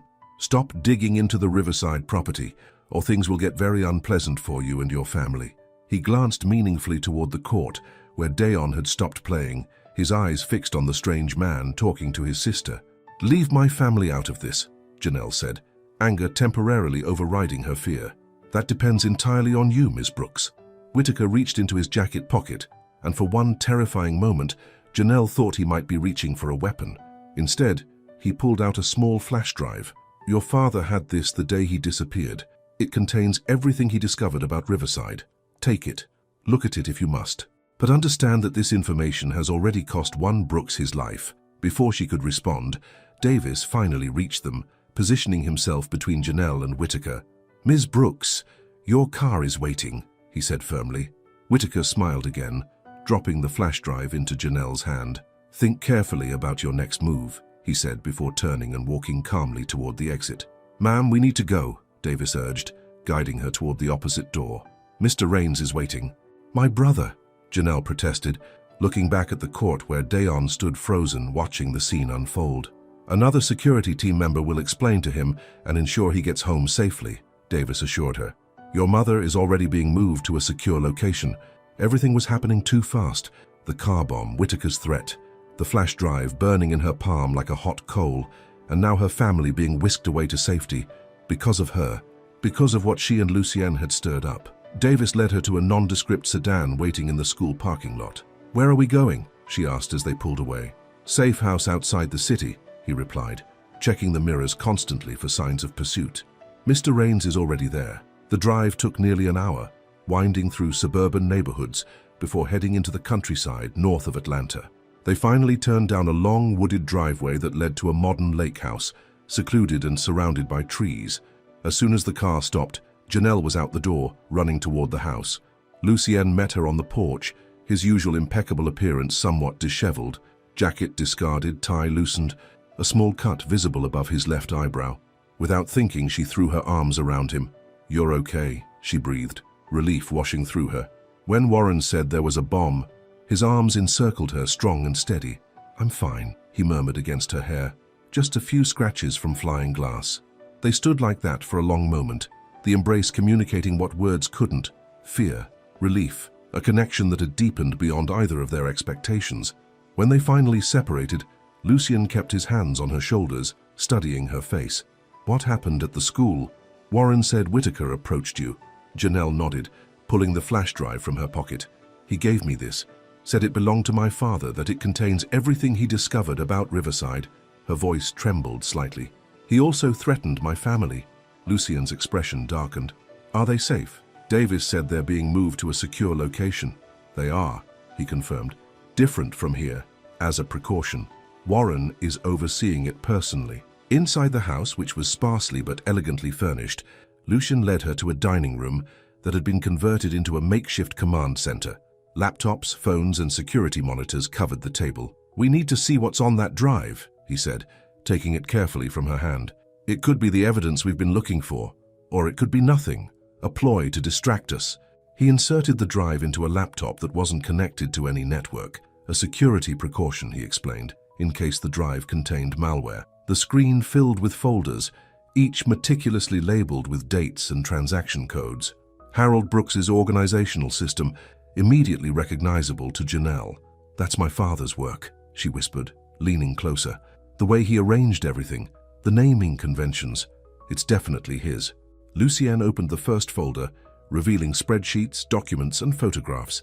As they began to explore the contents, a clear picture emerged, evidence of a massive money laundering operation using the Riverside Plaza and other properties around Atlanta. Harold had documented wire transfers, shell companies, and connections to several prominent business figures, including Richard Coleman and Thomas Whitaker. "This is it," Lucien said, his voice tight with excitement. "This is what your father discovered. Why they killed him." Among the files was a document titled Insurance, containing photographs of Coleman and Whitaker meeting with known organized crime figures from Miami. Harold had been gathering leverage, protecting himself the only way he knew how. "But it wasn't enough," Janelle said, a lump forming in her throat. "They killed him anyway. He might not have had a chance to let them know he had this insurance policy," Lucien reasoned. "Or they found him before he could secure it somewhere safe. Then how did Whitaker get it? And why give it to me now?"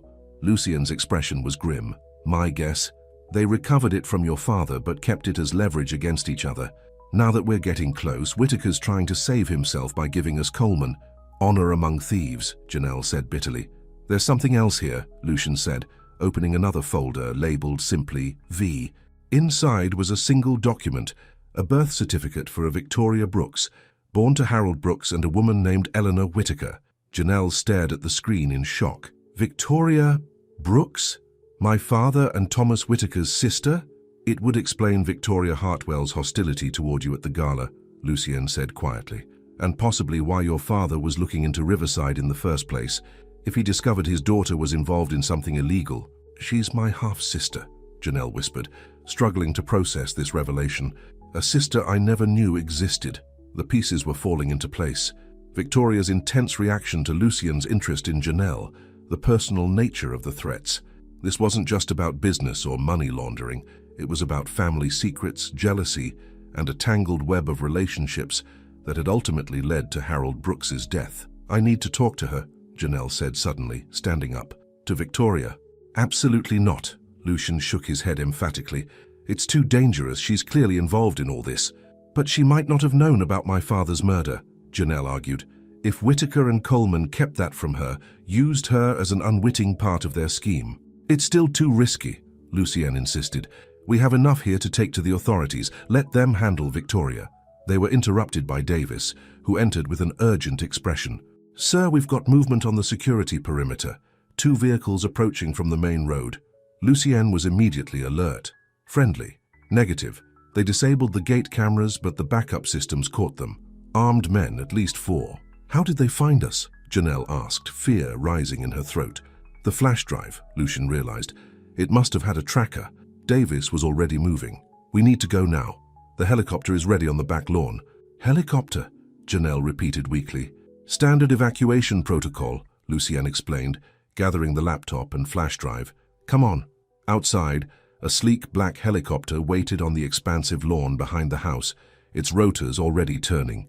Lucien took Janelle's hand, leading her in a crouched run toward it. They were halfway across the lawn when the first shots rang out, sharp cracks that cut through the sound of the helicopter's engines. "Down!" Lucien shouted, pulling Janelle to the ground and covering her body with his own. The security team returned fire, providing cover as they scrambled the last few yards to the helicopter. "Go, go, go!" Davis yelled as they tumbled inside. The pilot immediately lifted off, the helicopter rising sharply into the darkening sky. Janelle's heart pounded in her ears as she looked out the window, watching the safe house grow smaller below them. She could see muzzle flashes in the trees, men firing futilely at the retreating helicopter. "Are you hurt?" Lucien asked, his face inches from hers in the confined space. She shook her head, still too shocked to speak. The reality of the situation was sinking in. People were trying to kill them, the same people who had likely killed her father. "Where are we going?" she finally managed to ask. "Another secure location," Lucienne replied. "One that only Warren and I know about." The helicopter flew north for about 30 minutes before landing on a private helipad atop a mountain. A rugged SUV waited nearby, which took them down winding roads to a rustic but luxurious cabin nestled among the trees. "My grandfather built this place," Lucienne explained as they entered. "Before Rain's development, before the family fortune. It's not in my name or connected to any of my companies. No one knows about it except Warren." The cabin was beautiful, all warm wood and stone with soaring ceilings and windows that would offer breathtaking views in daylight. But Janelle barely noticed, still shaken by their narrow escape. "My family," she said suddenly. "If they tracked us through the flash drive." "They're safe," Lucian assured her, guiding her to sit on a plush sofa. "They're in a secure facility with military-grade protection. No electronic devices allowed in or out." Relief washed through her, followed by exhaustion. The adrenaline that had kept her going was wearing off, leaving her drained. Lucienne knelt in front of her, taking her hands in his. "I'm sorry," he said softly. "I never meant to put you in danger. Any of this danger." "It's not your fault," she replied. "It was my choice to pursue this, for my father." "Still," he insisted, "I should have been more careful. Should have anticipated they'd track the drive." There was something in his eyes she hadn't seen before. Vulnerability, fear. Not for himself, she realized, but for her. "We're both still alive," she said, squeezing his hands, "and we have the evidence we need to bring Coleman and Whitaker to justice." "Yes," Lucienne nodded, though his expression remained troubled. "I've already sent the files to my most trusted lawyers and to federal authorities I know can't be bought. By morning, there will be warrants for Coleman and Whitaker's arrests." "And Victoria?" Janelle couldn't help asking. "That depends on what the investigation reveals about her involvement." He hesitated. "How do you feel about that? Learning she's your half-sister?" "I don't know," Janelle admitted, shocked, confused, a little angry that my father never told us about her. "He might have been trying to protect you and your mother," Lucian suggested, "from exactly the kind of danger you're in now." They fell silent, the enormity of the day's events settling around them. Outside, night had fallen completely, wrapping the cabin in darkness, relieved only by the warm glow of interior lights. "You should get some rest," Lucian said eventually, standing. "There's a bedroom down the hall. I'll take the one upstairs." Janelle nodded, suddenly aware of how intimate their situation was. Alone in a remote cabin, cut off from the world. A week ago, the thought might have made her uncomfortable. Now, after everything they'd been through together, there was no one she trusted more. "Lucienne," she said as he turned to leave, "thank you for everything you've done to help find the truth about my father." He paused, looking back at her with an intensity that made her breath catch. "Your father was a good man who deserved justice, and you," he seemed to struggle for words, "you deserved to know the truth. Is that the only reason you helped?" she asked softly. "Justice for my father?" The question hung in the air between them, charged with unspoken emotions. Slowly, Lucienne moved back toward her, stopping just inches away. "No," he admitted, his voice low. "That's not the only reason." Before either of them could say more, his phone rang, a secure line that only Warren had the number for. Lucian answered immediately, his expression shifting from frustration at the interruption to concern as he listened. "When?" he asked sharply. "How many?" Another pause. "Keep me updated." He ended the call, his face grim. "Coleman's been tipped off. He's trying to flee the country, and Victoria Hartwell has disappeared. What does that mean for us?" "It means things are moving faster than expected. Federal agents are already moving on Whitaker, but Coleman has connections that might help him escape." He rubbed his face wearily. "We should know more by morning." Though she was exhausted, sleep proved elusive for Janelle. She lay in the comfortable bedroom, mind racing with the day's revelations. Her father murdered for what he'd discovered. Victoria, a half-sister she never knew existed, and Lucienne. Whatever was developing between them, complicated by danger and shared purpose. Around midnight she gave up on sleep and wandered to the kitchen for a glass of water. She found Lucian there, standing by the window, staring out into the darkness. "Can't sleep either?" she asked. He turned, offering a tired smile. "Too much on my mind." "Same." She filled a glass from the tap and joined him by the window. "Any news?" "Whitaker's in custody. Coleman's private jet was stopped before takeoff, but he wasn't on it. A diversion. They're still searching for him and Victoria. They stood in comfortable silence, shoulders almost touching as they gazed out at the shadowy outline of mountains against the night sky. What happens after this? Janelle asked finally. After Coleman and Whitaker are caught, after the truth about my father comes out. Justice, hopefully, Lucienne replied. Criminal charges, trials, prison sentences. I meant for us, she clarified. For you and me. He turned to face her, his expression uncharacteristically vulnerable. What do you want to happen, Janelle? It was a loaded question, one she wasn't entirely sure how to answer. Their relationship had evolved from employer-employee to partners in investigation to something far more complex, something that made her heart race when he looked at her the way he was looking at her now. She began, then stopped, gathering her courage.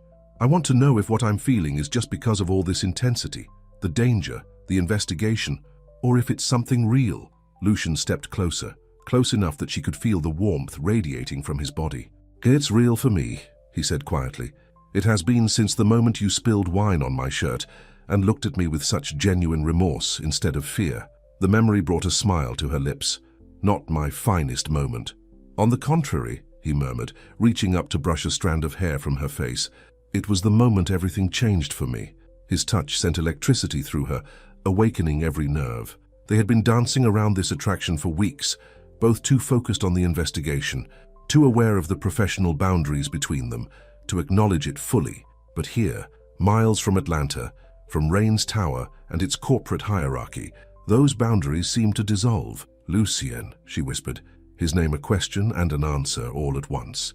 He leaned in slowly, giving her every chance to pull away. Instead, she met him halfway, their lips coming together in a kiss that felt like both an ending and a beginning.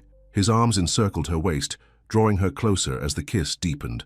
Janelle wound her arms around his neck, losing herself in the sensation of finally giving in to what they'd both been feeling. When they eventually broke apart, both breathless, Lucian rested his forehead against hers.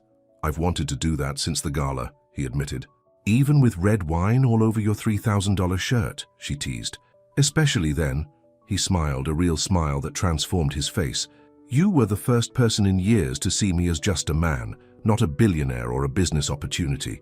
And you were the first person in years to see me as more than just someone struggling to make ends meet, she replied softly. He kissed her again, more briefly this time. We should try to get some sleep. Tomorrow will bring more challenges. As if on cue, his phone rang again. Warren with an update. Coleman had been located at a private airstrip near the coast. Federal agents were closing in, and Victoria Hartwell had just turned herself in, claiming she had information about her uncle and Coleman's illegal activities. She's asking to speak with you, Warren told Lucian. Both of you. Janelle's heart skipped a beat. She knows I'm her half-sister. Apparently so, Warren confirmed. She says there are things you both need to hear about your father. After the call ended, Lucian and Janelle looked at each other, the moment of intimacy now overshadowed by this new development. We don't have to meet with her, Lucian said. Not if you're not ready. Janelle took a deep breath, squaring her shoulders. No, I need to hear what she has to say. I need to know everything about what happened to my father. He nodded, understanding in his eyes. Then we'll face it together. First thing in the morning, as they returned to their separate rooms, Janelle felt a strange mix of emotions. Anxiety about facing Victoria, anticipation of finally learning the full truth about her father, and a warm undercurrent of something new and precious between her and Lucienne. Whatever tomorrow brought, they would confront it side by side, and for the first time in years, Janelle felt something she'd almost forgotten. Hope. Hope for justice. Hope for truth. And hope for a future where spilled wine could lead to something beautiful, even in a world stained by secrets and lies. The next morning dawned clear and bright, sunlight streaming through the cabin windows to reveal the breathtaking mountain views hidden by darkness the night before. Under different circumstances, Janelle might have found it peaceful, rejuvenating, but today, tension thrummed through her body as they prepared to return to Atlanta. Federal agents have secured Coleman, Lucienne informed her over coffee. He was caught trying to board a private boat to international waters. He's facing multiple charges: money laundering, conspiracy, and now attempted murder for the car bomb. And my father's case? They're reopening the investigation based on the evidence we provided. With Whitaker in custody and looking at serious prison time, there's a good chance he'll talk to get a deal. Lucian's expression softened. It won't bring your father back, But at least his name will be cleared. The knowledge should have brought comfort, but Janelle's mind was focused on the upcoming meeting with Victoria, her half-sister, a stranger with her father's blood, who had looked at her with such contempt at the gala.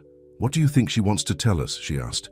"I don't know," Lucienne admitted, "but whatever it is, we'll face it together." The helicopter returned for them mid-morning, whisking them back to Atlanta, where a secure meeting had been arranged at the federal building downtown. Janelle's family remained in protective custody until the situation was fully resolved, though she'd been able to speak with her mother briefly by phone to assure her they were all safe. At the federal building, they were escorted to a conference room where Victoria Hartwell waited, accompanied by her lawyer and 2 FBI agents. She looked different from the polished socialite Janelle remembered from the gala, her red hair pulled back simply, her face devoid of makeup, dark circles under her eyes suggesting sleepless nights. When Victoria looked up and saw Janelle, something flickered in her expression. Recognition, perhaps, or regret. "Thank you for coming," she said, her voice subdued. "Both of you." Lucienne remained protectively close to Janelle as they sat across from Victoria. "You said you had information about Harold Brooks," he prompted. Victoria nodded, glancing at her lawyer, who nodded encouragingly. "Yes, about our father," she said, looking directly at Janelle, "and about his death." The confirmation of their relationship, spoken aloud for the first time, sent a jolt through Janelle. "You knew," she asked, "that we were sisters?" "Half-sisters," Victoria corrected. "And yes, I've known for years. Our father told me about you and your family when I was 18. It was difficult to accept." "Did you know what happened to him?"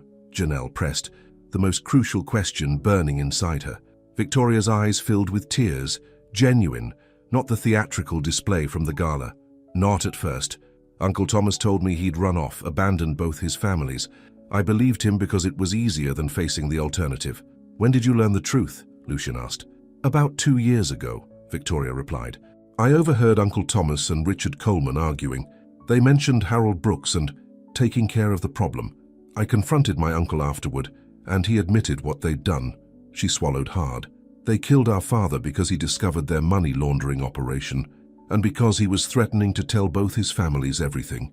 Janelle felt as if the air had been knocked from her lungs. "You knew for 2 years that they murdered our father and you did nothing."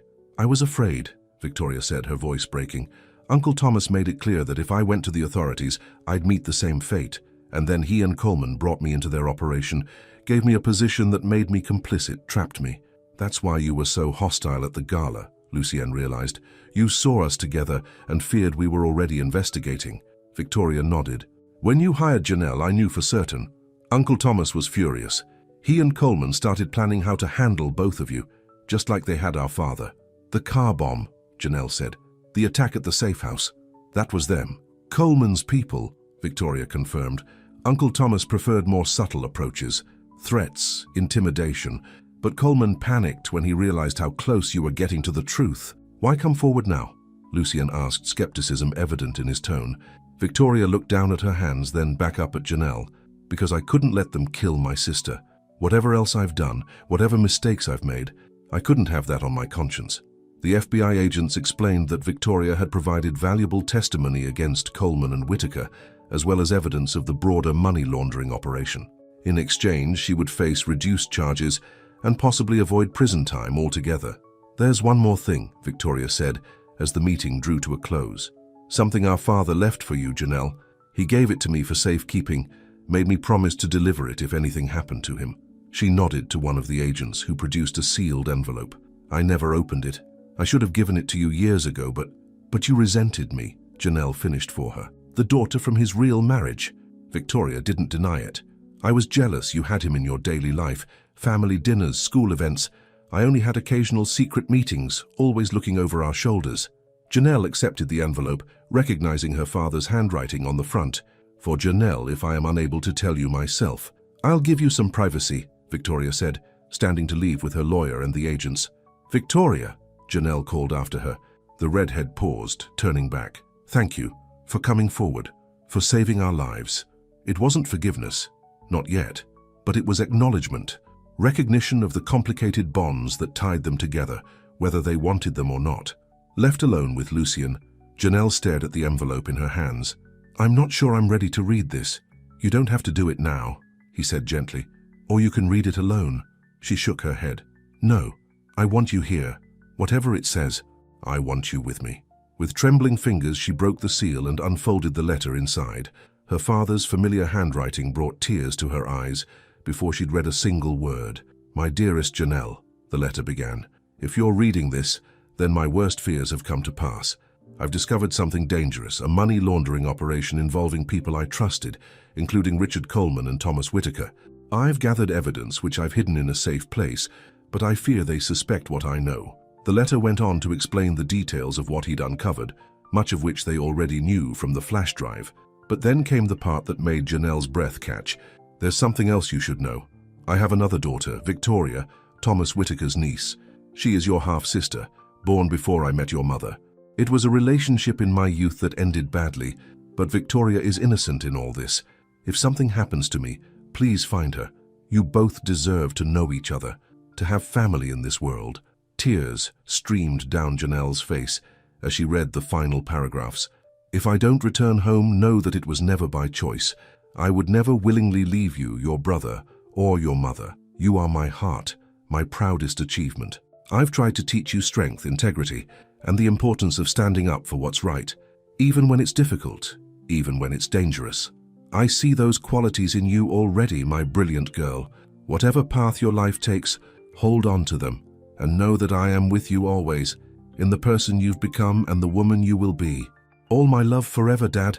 Lucien wrapped his arm around her shoulders as she wept, for the father she'd lost, for the truth finally revealed, for the years spent believing he'd abandoned them when he'd actually died trying to protect them. "He knew," she said through her tears. "He knew they might kill him, and he still pursued the truth. He was brave," Lucien said softly, "like his daughter." When she had composed herself, they left the federal building together, stepping into the bright Atlanta sunshine. The world seemed different somehow, clearer, as if a fog had lifted. "What happens now?" Janelle asked as they walked toward Lucian's waiting car. "Justice takes its course," he replied. "Coleman and Whitaker face prosecution. The Riverside Project continues, the legitimate version, the community center that will actually serve the neighborhood." "And us?" she asked, stopping to look up at him. "What happens with us, Lucien?" He took both her hands in his gray eyes serious but warm. "That depends on what you want, Janelle. The danger is past. Your father's name will be cleared. You could return to your old life if you wanted to, or, she prompted, or you could stay, at Rain's development, with me." He squeezed her hands gently. "Not just as the community liaison, though you're excellent at that, but as my partner. In business and," he hesitated, vulnerability flashing across his features, "perhaps in more personal matters as well." Janelle felt a smile spreading across her face, the first genuine, unguarded smile in what felt like forever. "I think I'd like that," she said softly. Both the business and the personal. Relief and joy transformed his expression. Right there on the sidewalk, in full view of passing pedestrians and traffic, Lucien pulled her into his arms and kissed her. Not the careful, tentative kiss from the cabin, but one full of promise and passion and possibilities. When they finally broke apart, both breathless, Janelle laughed. "You know people are staring, right? The famous Lucian Rains, kissing a former waitress in broad daylight. Let them stare," he replied, unconcerned. "Some things are worth making a scene for." As they continued toward the car, hand in hand, Janelle thought about the strange path that had led them here. A spilled glass of wine, a ruined shirt, a dance that had scandalized Atlanta society, and now, a future together she could never have imagined that night at the Gala. Life, like wine, could leave permanent stains, but sometimes those stains marked the beginning of something beautiful, something worth the mess, worth the risk, worth everything. 3 months had passed since that fateful day outside the federal building. 3 months of court proceedings, media coverage, and life-changing transitions for Janelle Brooks. The morning sun streamed through the windows of Lucian's penthouse as Janelle sipped her coffee, watching Atlanta come alive beneath her. She still marveled sometimes at how dramatically her world had shifted, from struggling waitress to respected executive, from a cramped apartment to this spectacular view. "There you are," Lucien said, coming up behind her and wrapping his arms around her waist. He pressed a kiss to her temple. "You're up early." "Couldn't sleep," she admitted, leaning back against his chest. Today's the sentencing. Richard Coleman and Thomas Whitaker would learn their fates today, after both had been convicted of money laundering conspiracy, and, most importantly to Janelle, the murder of Harold Brooks. The evidence from the flash drive, combined with Victoria's testimony, had proven overwhelming. "Are you sure you want to be there?" Lucian asked, concern evident in his voice. "I can go alone. Tell you everything afterward." Janelle shook her head. "I need to see it through for my father." He nodded, understanding as always. Their relationship had deepened over these months, built on shared purpose initially, but growing into something solid and true. They'd taken things slowly, both aware of the unusual circumstances that had brought them together. Janelle had maintained her own apartment, though she spent most nights at Lucian's penthouse. The gossip columns had had a field day when their relationship became public, the billionaire developer and the former waitress whose father's murder case was making headlines. But neither of them cared about the tabloids or society whispers. "Have you spoken with Victoria this week?" Lucien asked, pouring himself coffee. "Yesterday," Janelle replied. "She's nervous about testifying at the sentencing, but determined to do it." Victoria Hartwell, or Victoria Brooks, as she'd recently begun calling herself, had been granted immunity in exchange for her full cooperation.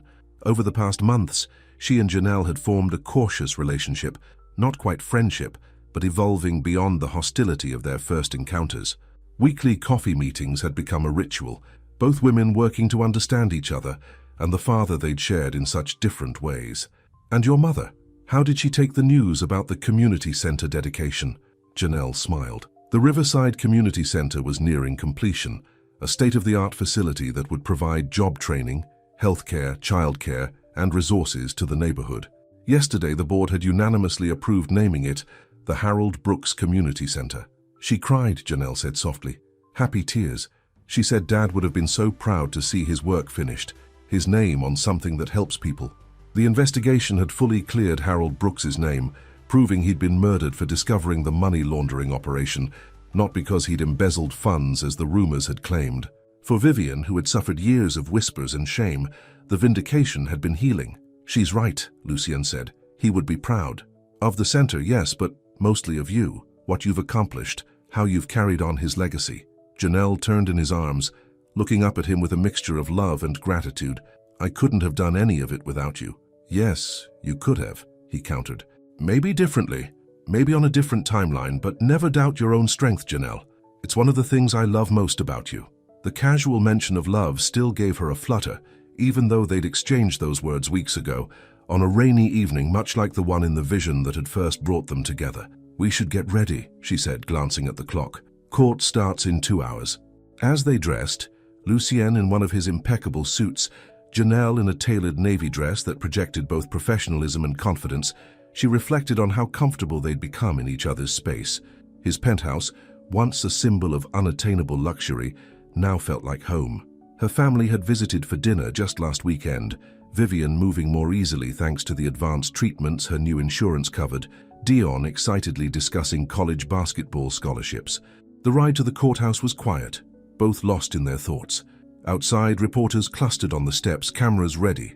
The case had attracted national attention, prominent businessmen involved in organized crime, a 5-year-old murder finally solved, and the victim's daughter now romantically linked to one of Atlanta's most eligible bachelors. "Ready?" Lucian asked as their car pulled up. Janelle took a deep breath and nodded. Together, hand in hand, they mounted the courthouse steps, ignoring the shouted questions and camera flashes. Inside, they found Dion and Vivian already seated in the courtroom. Janelle embraced them both before taking her place beside Lucian. Victoria arrived minutes later, escorted by federal agents. She wore a simple black dress, her red hair pulled back severely. She nodded to Janelle and Lucian before being seated separately. The proceedings moved with formal efficiency. Coleman and Whitaker, both in prison jumpsuits, showed little emotion as character witnesses testified about the impact of their crimes, including Victoria, who spoke eloquently about the uncle who had manipulated her and helped murder her father. When it was Janelle's turn to make a victim impact statement, she approached the podium with steady steps, the letter from her father tucked in her pocket like a talisman. 5 years ago, she began, her clear voice filling the courtroom. "My father, Harold Brooks, was taken from us, not because he ran away, as we were led to believe, but because he stood up for what was right, because he refused to be part of corruption and crime." She described the years of uncertainty, the financial struggles, the damage to her family's reputation, but mostly, she spoke about her father, his integrity, his love for his family, his commitment to his community. The defendants didn't just take a life, she concluded. They took a husband, a father, a man who made the world better by being in it. No sentence can bring him back to us, but justice can ensure that what happened to him doesn't happen to someone else's father, someone else's family. When she returned to her seat, Lucien squeezed her hand, his eyes filled with pride and support. The judge's sentence came down heavily, life imprisonment without possibility of parole for both Coleman and Whitaker. As they were led away, Whitaker glanced back at Victoria, his expression unreadable. Coleman stared straight ahead, defeated. Outside the courthouse, Janelle faced the press briefly, Lucien and her family beside her. "Today brings closure," she told the reporters, "not just for my family, but for everyone affected by these men's crimes. My father believed in justice, in standing up for what's right. Today that belief has been vindicated." Later, at a private celebration dinner at Lucien's penthouse, the mood was one of relief and cautious joy. Victoria had been invited, a gesture of reconciliation that would have seemed impossible months earlier. To Harold, Lucien raised his glass, careful not to call him your father in front of both daughters, a man of principle who set all of this in motion. To Dad, Janelle and Victoria said in unison, then glanced at each other in surprise before sharing small smiles. After dinner, as Vivian and Dion chatted with Victoria in the living room, Lucien drew Janelle out onto the terrace overlooking the city lights. "I have something I want to discuss with you," he said, an unusual nervousness in his manner. "That sounds serious," Janelle teased, though her heart beat faster at his tone. "It is." He took both her hands in his. "These past months have been the most meaningful of my life. Working with you, being with you, it's changed everything for me. For me too," she said softly. "The Riverside project is almost complete," he continued. "The community center, your father's center, will open next month, and I've been thinking about what comes next." "For the company?" she asked, slightly confused by his direction. "For us," he clarified, his gray eyes intense in the soft terrace lighting. "Janelle, when you spilled that wine on my shirt, it seemed like the worst possible moment, but looking back, it was the best thing that ever happened to me." Her breath caught as he reached into his pocket and pulled out a small velvet box. "I had this whole speech planned," he admitted with a rueful smile, "about how you saw the real me when no one else did, about how you taught me what really matters in life. But now that the moment's here, all I can think to say is that I love you, Janelle Brooks. I love your strength, your integrity, your heart, and I want to spend the rest of my life with you." He opened the box, revealing a stunning diamond ring, elegant but not ostentatious, exactly her taste. "Will you marry me?" Tears welled in Janelle's eyes as emotions overwhelmed her. Joy, love, and a bittersweet wish that her father could have been there to see this moment. "Yes," she whispered, then more firmly, "Yes, Lucien, I will." His face broke into a smile of pure happiness as he slipped the ring onto her finger. When he kissed her, the lights of Atlanta seemed to dim in comparison to the brightness she felt inside. "I have a confession," he murmured against her lips. "Your family already knows. I asked your mother's blessing last week." Janelle laughed, wiping away happy tears. "That explains why she's been smiling at me so mysteriously all evening." When they returned inside, hand in hand, Vivian took one look at her daughter's face, and the ring sparkling on her left hand, and burst into tears of joy. Dayon whooped and slapped Lucien on the back, while Victoria offered quiet but sincere congratulations. "Your father would be so happy," Vivian told Janelle, clasping her hands. "He always wanted you to find someone who would value you for exactly who you are." The celebration continued late into the night, the penthouse filled with laughter and conversation that would have seemed impossible just months ago. As Janelle looked around at her expanded family, her mother, her brother, her newfound sister, and Lucien, her future husband, she felt her father's presence more strongly than she had in years. Later, after everyone had gone and they were alone again, Janelle and Lucien stood on the terrace, his arms wrapped around her as they gazed at the city below. "I was thinking," he said, his voice warm against her ear, "about our wedding." "Hmm?" she murmured, still floating on happiness. "What would you think about having it at the Harold Brooks Community Center? Once it's completed, the first event held there could be our wedding." Janelle turned in his arms, touched beyond words by the suggestion. "You'd want that? Not some fancy society wedding at the Hamilton estate or somewhere similar?" "I want whatever makes you happy," he said simply. "But yes, I think it would be perfect. A celebration of new beginnings in a place that honors your father's legacy." "It is perfect," she agreed, blinking back tears. "Absolutely perfect." 6 weeks later, the Harold Brooks Community Center opened its doors to the Riverside neighborhood with a grand ceremony that brought together residents, city officials, and media. The modern building, with its welcoming design and state-of-the-art facilities, stood as a testament to what was possible when development served the community rather than displacing it. Janelle, as the center's executive director, a position she'd accepted after stepping back from her liaison role at Rain's Development, gave a moving speech about her father's vision for Riverside and the importance of community investment. Lucienne, standing beside her, spoke about the future of responsible development in Atlanta. What no one in the audience knew was that the next day, the center would host a much more intimate event, the wedding of Janelle Brooks and Lucienne Rains. The ceremony was simple but elegant, attended only by close family and friends. Dayon walked his sister down the aisle to where Lucienne waited, his eyes filled with love and wonder at the woman who had changed his life with a spilled glass of wine. Victoria served as bridesmaid, a role that symbolized the healing that had taken place between the half-sisters. Vivian, looking healthier than she had in years, watched with happy tears as her daughter began this new chapter. "I, Lucienne, take you, Janelle, to be my wife," he vowed, his voice steady and sure. "I promise to stand beside you in all things, to support your dreams as you have supported mine, and to love you completely for all the days of my life." "I, Janelle, take you, Lucienne, to be my husband," she responded, her eyes never leaving his. "I promise to see the real you always, to face whatever challenges come our way together, and to love you with all my heart, for as long as we both shall live." The reception that followed was a joyful celebration, with the community center's great hall transformed by soft lighting and floral arrangements. In a touching surprise, Lucienne had arranged for a memory table with photographs of Harold Brooks, ensuring Janelle's father's presence was felt on this special day. As they shared their first dance as husband and wife, Lucian held Janelle close. "Happy," he murmured. "More than I ever thought possible," she replied, her heart full to bursting.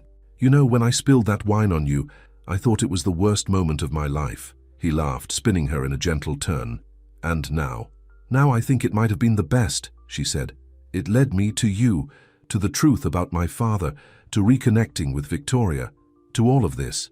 I've been thinking," Lucian said, his expression turning thoughtful, "about expanding the community center model to other neighborhoods, not just in Atlanta, but in cities across the country. Places that need investment without displacement. The Harold Brooks Initiative?" Janelle suggested, warmth spreading through her at the idea of her father's legacy reaching even further. "Exactly," Lucian nodded. "With you leading it, if you're interested." "I am," she said without hesitation. "It's important work, work that matters." As the evening progressed, they mingled with their guests, accepted congratulations, and shared moments of quiet intimacy amid the celebration. When it came time to leave, they slipped away to Lucienne's waiting car, now their car, where Warren held the door with a rare smile. "Where to, Mr. and Mrs. Rains?" he asked. Janelle felt a thrill at her new name, not because of the status it carried in Atlanta society, but because it represented her union with the man she loved. "Home first," she replied. "Then the airport." Their honeymoon would take them to Italy for 2 weeks, a chance to relax and simply be together after the whirlwind of the past months. But first, they had one more stop to make. At home, they changed quickly, then drove to Greenwood Cemetery. In the gentle light of dusk, they stood before Harold Brooks's grave where fresh flowers had been placed earlier that day. "I wanted to come here before we left," Janelle explained, her hand tight in Lucienne's, "to tell him about today, about us." Lucienne nodded, understanding as always. "Would you like a moment alone with him?" "No," she said, drawing him closer. "You're family now. You belong here too." Together they stood in peaceful silence, paying respect to the man whose courage had ultimately brought them together. Janelle had visited often since learning the truth about her father's death, but this time felt different, a sense of completion, of coming full circle. "I think he knows," Lucian said softly. "I think he's been watching over you all along." The thought brought comfort rather than sadness. "I think so too," Janelle agreed, "and I think he approves." As they returned to the car, the first stars appearing in the darkening sky, Janelle felt a profound sense of peace. The pain of her father's loss would never completely disappear, but it had been transformed, from a wound that festered with unanswered questions to a bittersweet memory honored by truth and justice. And now she had a future stretching before her, one filled with purpose, love, and the family she'd both kept and found anew. "Ready for our new beginning?" Lucian asked as they reached the car. Janelle smiled up at him, her heart full. More than ready. As they drove away, heading toward the airport and their honeymoon, toward the life they would build together, Janelle thought about that fateful night at the Hamilton estate. One moment of clumsiness, a stumble, a spilled glass of red wine, had changed everything. Some might call it an accident, others a twist of fate. But Janelle preferred to think of it as something else entirely, the moment when a stain became the first brushstroke of a beautiful new picture, painted in the colors of truth, justice, and love. Life was messy sometimes, imperfect, stained with mistakes and misunderstandings and loss. But those stains, those imperfections, they were often where the real story began, where healing started, where love found its way in, through the cracks and the spills, and the things that seemed, at first glance, to be irreparable disasters. Lucien reached across the seat, taking her hand in his thumb brushing over her wedding ring. "I love you, Janelle Rains," he said simply. "And I love you," she replied, her heart at peace. "Always." The car moved smoothly through the Atlanta night, carrying them toward their future, a future neither could have imagined, on the night when red wine spilled across a white shirt and two lives, previously separate, began to intertwine. Some stains, it turned out, were meant to be permanent. Some spills could never be cleaned up, only transformed into something unexpectedly beautiful, and some hearts, once joined, could never truly be separated again. The end.